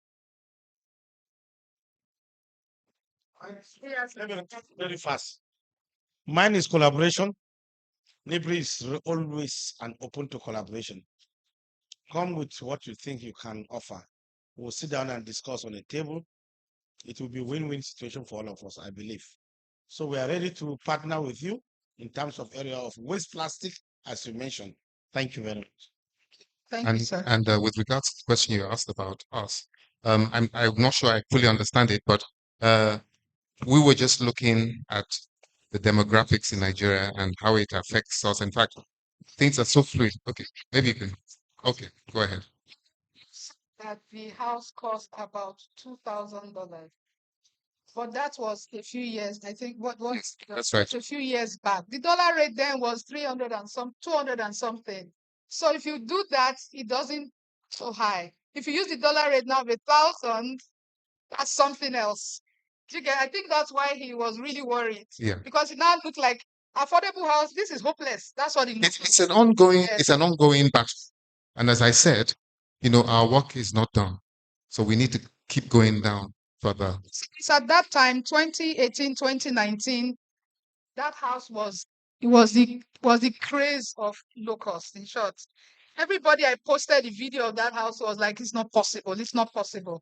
But right now, if you see the dollar rate multiplied, you now say, wow, this is too expensive. But that's because of the dollar rate. So, but at that time, I think even up to 2 years ago, it was still a lot of excitement to hear about it. But right now, if you put that figure against, it's looking really awkward. And so, but like everyone here has said, it is work in progress. We have to keep working at beating the current circumstances. And I mentioned something 2 days ago that that's the reason why, as part of the investments in the cooperative, there's investment in stocks. And somebody raised a question. The volatility of the stock market, that it could crash, and then there's what happens. So I said, so when you look at the stock market, do a 100-year backwards study, you find out that the stock market is a circle. You never lose. You never lose. That's the reason why Warren Buffett remains a billionaire. You never lose if you are in the stock market. It will crash and you will only lose your money, you will go negative. But give it about a year or so, it will start rising again. The stock market goes like this. And that cycle is approximately 8 to 10 years. So once you understand that, you now know what percentage of your income to keep throwing there, because it keeps growing. It never comes down as low as it was before. This is how it goes. This is how it goes. When you say it crashes, that crash is still far higher than the value it was when you bought it. The stock market keeps going like this. Sometimes to go like this and rise again. It keeps going like that. The stock market is never a loss. One of the tricks of doing stocks is, if you want to really do stocks big time and get really, really wealthy with stocks, you don't sell. Never sell. When the stocks crash and when the stocks go high, you use your stocks as collateral and borrow bank money and buy more stocks and leave it to rise. And that is done when the stocks is lowest. When the stocks start rising, you get a lot of value. And I said the other day, and I'll repeat it again, that's the reason Warren Buffett is the largest shareholder in Coca-Cola. He was not there when it was founded. He's the largest shareholder in a lot of multinational companies. Yes. So so that is proof. This is just one out of many. That is proof that the stock market is a safe investment place. but it's not something that you use to go to market every day. It's something that keeps your wealth in place. So I think when we understand this, then we diversify and help ensure that what we are trying to build is sustainable and we can depend on it. I think that will help us to float. I often say that the banks that we think are giants are thriving on the monies we are saving in the bank. That's what they're using to do business every day. The monies you go and deposit, the money you go, oh, I'm keeping my money. They are trading with it every day and they're making a lot of money from it. It's the same thing. But what I notice, most cooperatives don't trade with their money. At best, they'll just open one small supermarket, do one small thing. They don't do much. There isn't much of investment in cooperatives. If cooperatives can actually invest and where they don't know, get consultants that can guide them in investment, cooperatives are a huge source of comfort for people. Thank you. I think the issue I want to throw light on is the issue of government, whether government is participating, or what he meant was that maybe government is not giving out money, putting money into it, but that does not mean that government has interest in the program, because even before this conference, I'm sure some MDAs, ministries send their representative to attend this program. Even Ministry of Fiscal Planning, Housing and Urban Development, they have a stand there. They have a stand where they are showcasing what they do and what they have done so far. So for the young man that asked that question, presently the state government has at least policy-wise has apathy or interest in this program, which is also complementing his own vision of having more new towns and all the rest around the state. Thank you very much. Thank you very much, sir. I'd like to take the last comment, and because the commissioner will need to be leaving us now. So the last comment is coming from physical planning. So let's. Good afternoon, everybody. My name is Badmos Nojin from Ministry of Physical Planning. The professor, thank you very much for taking us around and making us to know that the local materials in our environment are very useful. The first time I read about bamboo, I never believed what I read. I said, probably those type of bamboo are not the type we can find in Africa. But thank you for making us to believe in ourselves. God bless you. Having said that, Madam, in your presentation, you made mention of somebody that is earning 40K can be hopeful of a building. And going by the ministry where I work, as we are joining the ministry, we believe that as you just come in, that time it was Ministry of Lands. Don't believe that since you are a staff of the ministry, they will just show you 50 by 100 somewhere or 100 by 100 somewhere. It is after you work for some time, you now know that no, you have to save and think outside the box for you to have a building. Madam, this 40K, for how long? It seems as if you are not including those people that have less than 10 years in the service. We should also look at that on one hand. Then secondly, I know that there are some estate developers, and what you also plan is more or less like estates. Ministry of Physical Planning, my commissioner is not here, but since I'm here, I should also represent the interest of my ministry. The Ministry of Physical Planning, we are the police of the environment. And we should be seen policing the environment very well. Whatever the developers want to do, our ministry should be partner in the areas of layout registrations and what have you, so that whatever project that is coming up, if we have our input, it will be properly guided and we'll have a very good and will now be conflicting interest. So on that note, that's why I said there is no way we can outrightly remove government from whatever we are doing. We are not saying government should determine whatever type of housing or the amount to be paid. No, but government should also be carried along. Then lastly, I also want to use it as an opportunity to inform our estate developers that are here that most of the estates that we are selling are not registered with the Ministry of Physical Planning. And lastly, man, this your project is a laudable one. And I also want to beg, we have too many governments or too many concentrations of activities along Sapele Road. We should also look at other areas in Benin so that we'll have a well spread of development. Thank you and God bless. Thank you very much. Everything you have said is very well noted.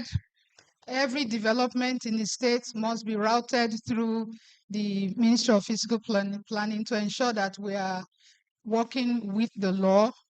And I think that was why we had what happened yesterday. I think we had a little challenge yesterday. Somebody made a presentation, and in the course of making that presentation, I gathered that the person was doing what did not have those documentations. So unfortunately, even though it was a bit embarrassing for him, we had to stop him so that this platform will not be used to encourage what is not right. And so we had to stop him from presenting, and we pleaded with him to kindly do what is right. And the platform is open once he has done that to come back and represent his project. So thank you very much for all this. So I would like, do we have a cameraman here that is going to take us? Where's the cameraman? To take a shot, please come this way. Camera woman. Yes, a camera woman that is around. So let's.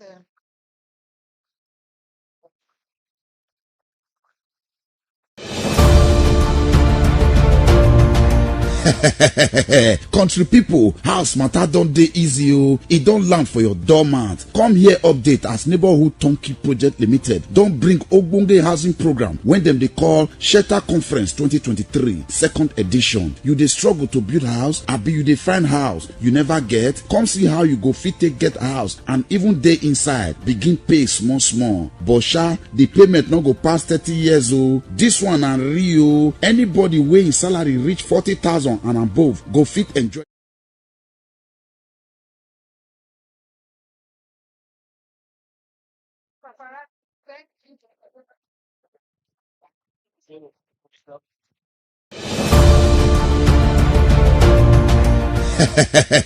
Country people, house matter don dey easy o. E don land for your doormat. Come here update as Neighborhood Turnkey Project Limited don bring ogbonge housing program wey dem dey call Shelter Conference 2023 second edition. You dey struggle to build house, abi you dey find house you never get? Come see how you go fit take get house and even dey inside begin pay small small. But sha, the payment no go pass 30 years o. This one na real. Anybody wey him salary reach 40,000 and above go fit enjoy this package o. Come sabi how e go take work as all the different federal and state government ministries plus private companies wey get hand for house matter don dey on ground to discuss with you o. Venue for this conference na Teams Event Center 171 Sapele Road, Benin City. Time na 8 o'clock o. Country people, na only this Thursday and Friday remain o. No let this opportunity to get your own house pass you by o. This Thursday 28th and Friday 29th of this September na remain o.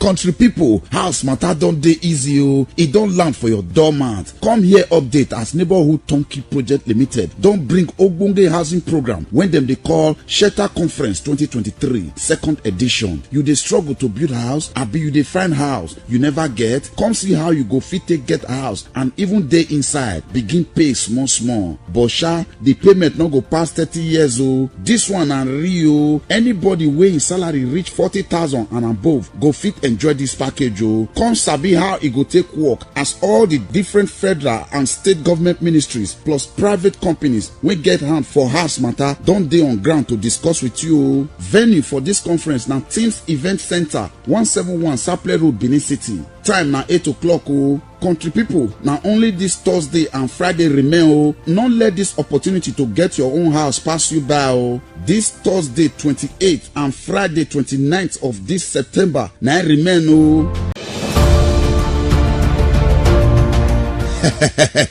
Country people, house matter don dey easy o. E don land for your doormat. Come here update as Neighborhood Turnkey Project Limited don bring ogbonge housing program wey dem dey call Shelter Conference 2023 second edition. You dey struggle to build house abi you dey find house you never get? Come see how you go fit take get house and even dey inside begin pay small small. But sha, the payment no go pass 30 years o. This one na real o. Anybody wey im salary reach 40,000 and above go fit enjoy this package o. Come sabi how e go take work as all the different federal and state government ministries plus private companies wey get hand for house matter don dey on ground to discuss with you o. Venue for this conference na Teams Event Center 171 Saple Road, Benin City. Time na 8 o'clock o. Country people, na only this Thursday and Friday remain o. No let this opportunity to get your own house pass you by o. This Thursday 28th and Friday 29th of this September na remain o. Country people, house matter don dey easy o. E don land for your doormat. Come here update as Neighborhood Turnkey Project Limited don bring ogbonge housing program wey dem dey call Shelter Conference 2023 second edition. You dey struggle to build house abi you dey find house you never get? Come see how you go fit take get house and even dey inside begin pay small small. But sha, the payment no go pass 30 years o. This one na real o. Anybody wey im salary reach 40,000 and above go fit enjoy this package o. Come sabi how e go take work as all the different federal and state government ministries plus private companies wey